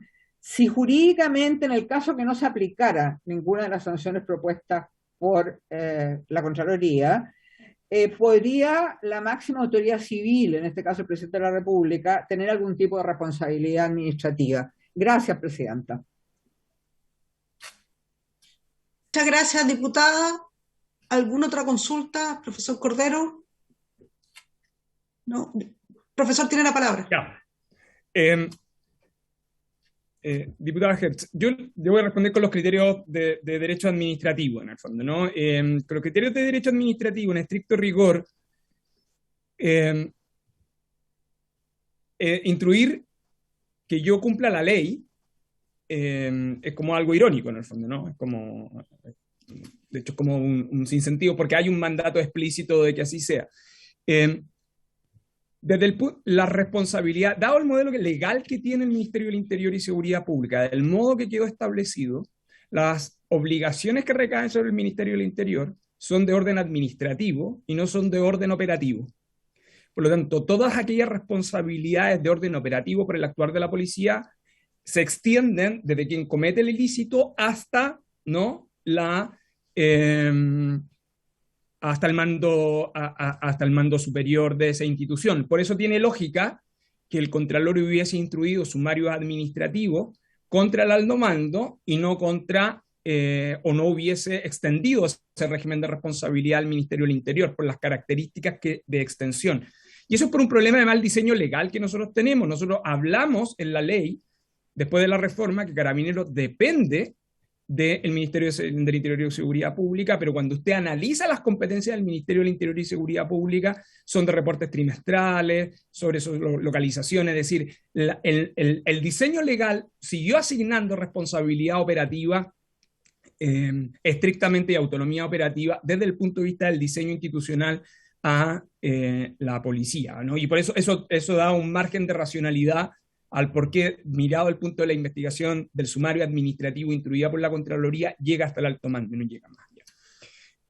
Y eso es relevante porque la gran discusión jurídica es si la Contraloría, al actuar de ese modo, se involucra en cuestiones operativas, o bien la Contraloría está velando por el cumplimiento de las herramientas que ha entregado o que se ha dado a la policía para poder implementar. Esto es una opinión que yo ya he dado con anterioridad. Creo que la Contraloría ha actuado dentro del marco de sus competencias, no está evaluando el desempeño operativo de resguardo del orden público, sino que simplemente está verificando si, dado los protocolos que dio la policía, esos protocolos se han dado o no se han dado cumplimiento. Eso desde el punto de vista de responsabilidad administrativa. Desde el punto de vista de responsabilidad civil, los hechos descritos y de la forma en cómo están van a implicar condenas al fisco. O sea, los hechos como están planteados, con indiferencia a quién asigne usted responsabilidad personal, van a terminar con responsabilidad al fisco. Y respecto al presidente de la República, es dificultoso emitir opinión en un sentido inverso, porque hoy día ese sumario administrativo está siendo objeto de nulidad de derecho público, han obtenido una medida cautelar hasta lo que yo tengo conocimiento, y por lo tanto es altamente probable que los efectos de ese sumario solo lo podamos conocer muchísimos años después. Por lo tanto, la hipótesis de no aplicar una sanción no es distinta, yo creo decir, no es distinta a aquellos sumarios administrativos instruidos por la Contraloría que propone sanción y que no son resueltos históricamente por los jefes de servicio, los ministros o la propia presidencia de la República en sumarios anteriores. En eso tenemos muchísima historia previa, en el fondo. No sería muy distinto en este caso a esos anteriores, donde la jurisprudencia de la Contraloría y aquí viene un detalle, diputada, en aquellos casos donde no sigue la recomendación planteada por Contraloría, lo que habitualmente suele suceder es que Contraloría, si los funcionarios aplican, los directivos aplican una sanción menor, o bien eximen de responsabilidad, eso implica una resolución que va al trámite de toma de razón, y habitualmente Contraloría las representa porque no están adecuadamente justificadas, ¿no? Es una manera en que la Contraloría tiene de presionar para igualmente aplicar las sanciones, porque tenemos un sistema débil de responsabilidad administrativa donde el Contralor solo tiene capacidad para proponer sanciones y no aplicar directamente, lo cual es absurdo, y con esto cierro, porque la Contraloría tiene facultades para aplicar directamente sanciones por uso indebido de vehículo fiscal y no aplicar sanciones en casos como estos, ¿no? Pero eso es un problema de diseño institucional severo que nosotros tenemos y diagnosticado, por cierto, hace muchísimo tiempo entre los especialistas. Eso, diputado. Muchas gracias, profesor, muy claro. ¿Alguna otra consulta, profesor Luis? Presidenta. Sí. Dos cosas. Una, por su intermedio, solicitarle al invitado si nos puede hacer llegar a la Secretaría su exposición. Y la otra, que don Nino Bartolo, aquí presente, quiere hacerle una consulta al invitado. Espérese, un segundo que lo escuché. Diputado Nino Bartolo, tiene la palabra. Gracias, presidenta. Un saludo a todo, al ministro, al subsecretario, están presentes, por supuesto, al profesor Luis Cordero. Quiero hacer una pregunta. Yo he planteado siempre el traer a los casos aquí a la Cámara de Diputados, casos que son judiciales, que se pueden ser judiciales. ¿Por qué se traen aquí a la Cámara de Diputados? Tuvimos una investigadora anterior en la cual se estaba pidiendo recursos económicos para las personas que habían sufrido acoso, por decir, por parte de las fuerzas policiales. ¿Por qué no se induce, por ejemplo, a la Fiscalía que tome los casos que han sufrido daño y no se los induce a que llegue el objetivo de llegar a la justicia y que la justicia condene? Y no seguimos hablando y enredándonos entre todos, y al final creemos que nadie sabe cómo hay que actuar, porque usted lo que dice, si no importa lo que haga la persona, y lo entiendo, Carabineros tiene que actuar de una forma correcta. Pero es una persona versus miles de personas que actúan en un momento determinado. ¿Cómo se actúa de esa forma? Pero más allá, la pregunta mía es, ¿se puede ayudar a las personas que sufrieron daños oculares, a las personas que sufrieron daños de cualquier tipo, que se sientan avasallados por el Estado, para que hagan un juicio contra el Estado y llevarlo al tema legal, al tema judicial y no al tema político? Porque yo veo que al final se presenta un tema político. ¿Hasta dónde tiene el presidente de la República responsabilidad? ¿Hasta dónde el ministro? ¿Hasta dónde el subsecretario? Cuando aquí, si alguien se siente pasado a llevar en sus derechos, tiene que ir a la justicia. Yo lo he planteado en todas, no sé cuántas reuniones que hemos estado acá. ¿Por qué no vamos a la justicia directamente a pedir? ¿Sabe qué? La señora, no me acuerdo el nombre de ella, dice que iba pasando por ahí y a su trabajo le pegaron una bomba lacrimógena en el ojo y le perdió la vista. Bueno, tiene derecho esa persona a demandar directamente y no hacerle un tema político. Eso es lo que no logro entender de ese de los procesos, porque yo no soy abogado. Yo lo veo a usted con una claridad, ¿no es cierto?, muy buena, y que nos aclara cómo debiésemos actuar. Pero también yo veo que no hay nada contra la parte que produce los daños. Porque yo un día dije, ¿qué pasa si Carabineros ante destrozos, ¿no es cierto?, de propiedad privada no actúa?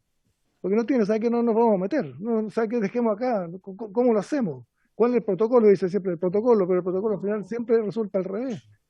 Entonces me gustaría que usted me aclarara todas estas dudas que tengo, si se puede ayudar a estas personas que sufrieron, ¿cierto?, por alguna circunstancia, y el Estado tendrá que indemnizarlo, y en eso hay que pagar todos los chilenos, eso no cae ninguna duda. Pero no llevemos el tema político, porque si no, no vamos a salir nunca de este enredo, y cada día nos vamos entrampando más, y no buscando la luz, claridad del comportamiento de cada uno de nosotros como ciudadanos, de ciudadanos que estamos en un mismo país. Eso, profesor. Gracias, presidenta. Muchas gracias, diputado. Tiene la palabra el diputado, profesor Luis Cordero, disculpe. Sí, por su intermedio, señora presidenta. Diputado, esta es una discusión muy antigua que data de principios de los 90, cuando se establecieron las primeras comisiones investigadoras. De hecho, existe una amplísima literatura y debate sobre el rol de las comisiones investigadoras. Quiero recordar que antes del 2005 la reforma constitucional era peor porque no había reconocimiento normativo, sino que se sentaba a nivel simplemente reglamentario. Y siempre la discusión ha sido si las comisiones investigadoras pueden pronunciarse respecto de hechos que están siendo paralelamente objeto de investigación o que pueden ser objeto de investigación por parte de la justicia, y la respuesta históricamente ha sido siempre la misma.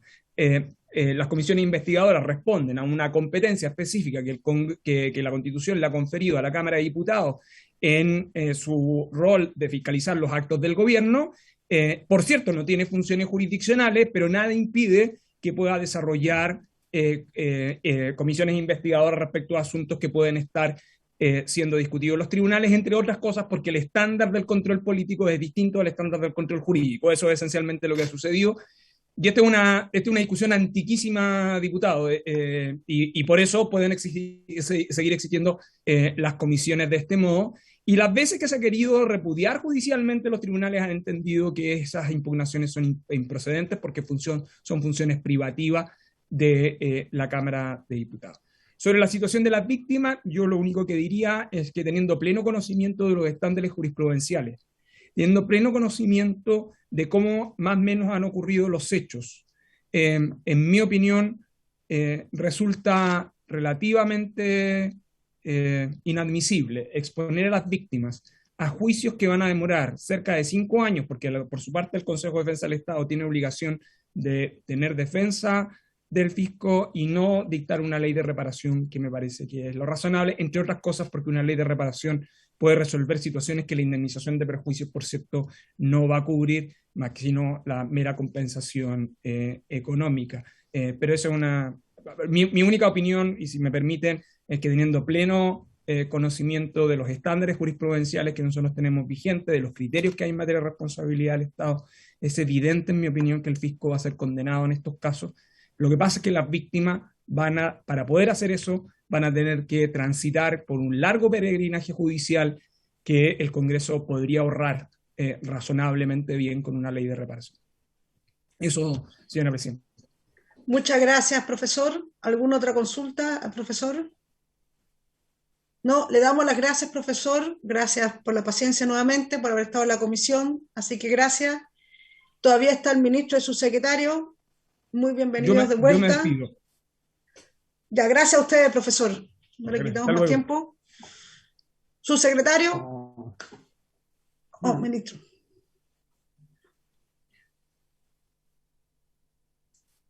No sé, ¿su secretario? Parece. Diputada Gers. Perdón, presidenta, ¿usted va a prorrogar la sesión? Ya está prorrogada, ya. De hecho, ya estamos pasados ya. Pero ¿está prorrogada por un tiempo o indefinidamente? No, yo planteé cuando pedí el acuerdo escuchar al profesor Cordero y que el subsecretario obviamente planteara la posibilidad de plantear lo que había quedado pendiente. Ya. Gracias, presidenta, porque me tengo que retirar. Gracias. ¿Subsecretario? ¿Ministro? No, agradecer nomás, presidenta, la atención. Creo que fue muy provechosa. Esperemos nosotros, quizás en la comisión permanente, podamos explicar con mayor detalle lo que estamos haciendo en materia de reforma. Así que muchas gracias, presidenta. No, yo creo que es importante, ojo, yo no digo que no es importante, yo creo que el tema es vital. Lo que pasa es que las comisiones investigadoras son muy acotadas. No, sí coincido, presidenta. Que de repente no es que uno no crea que es importante, yo creo que es un tema vital saber qué es lo que está pensando el gobierno en reforma Carabineros. También quiero dejarlo claro. Quedamos a disposición entonces, presidenta, no se preocupe. Muchas gracias. Bueno, yo tenía a la disposición, pero entiendo que también el ministro tiene muchas funciones y usted también. Así que igual gracias. Hasta luego. Entonces, se cierra la sesión. Habiéndose cumplido el objeto, se cierra la sesión. Muchas gracias.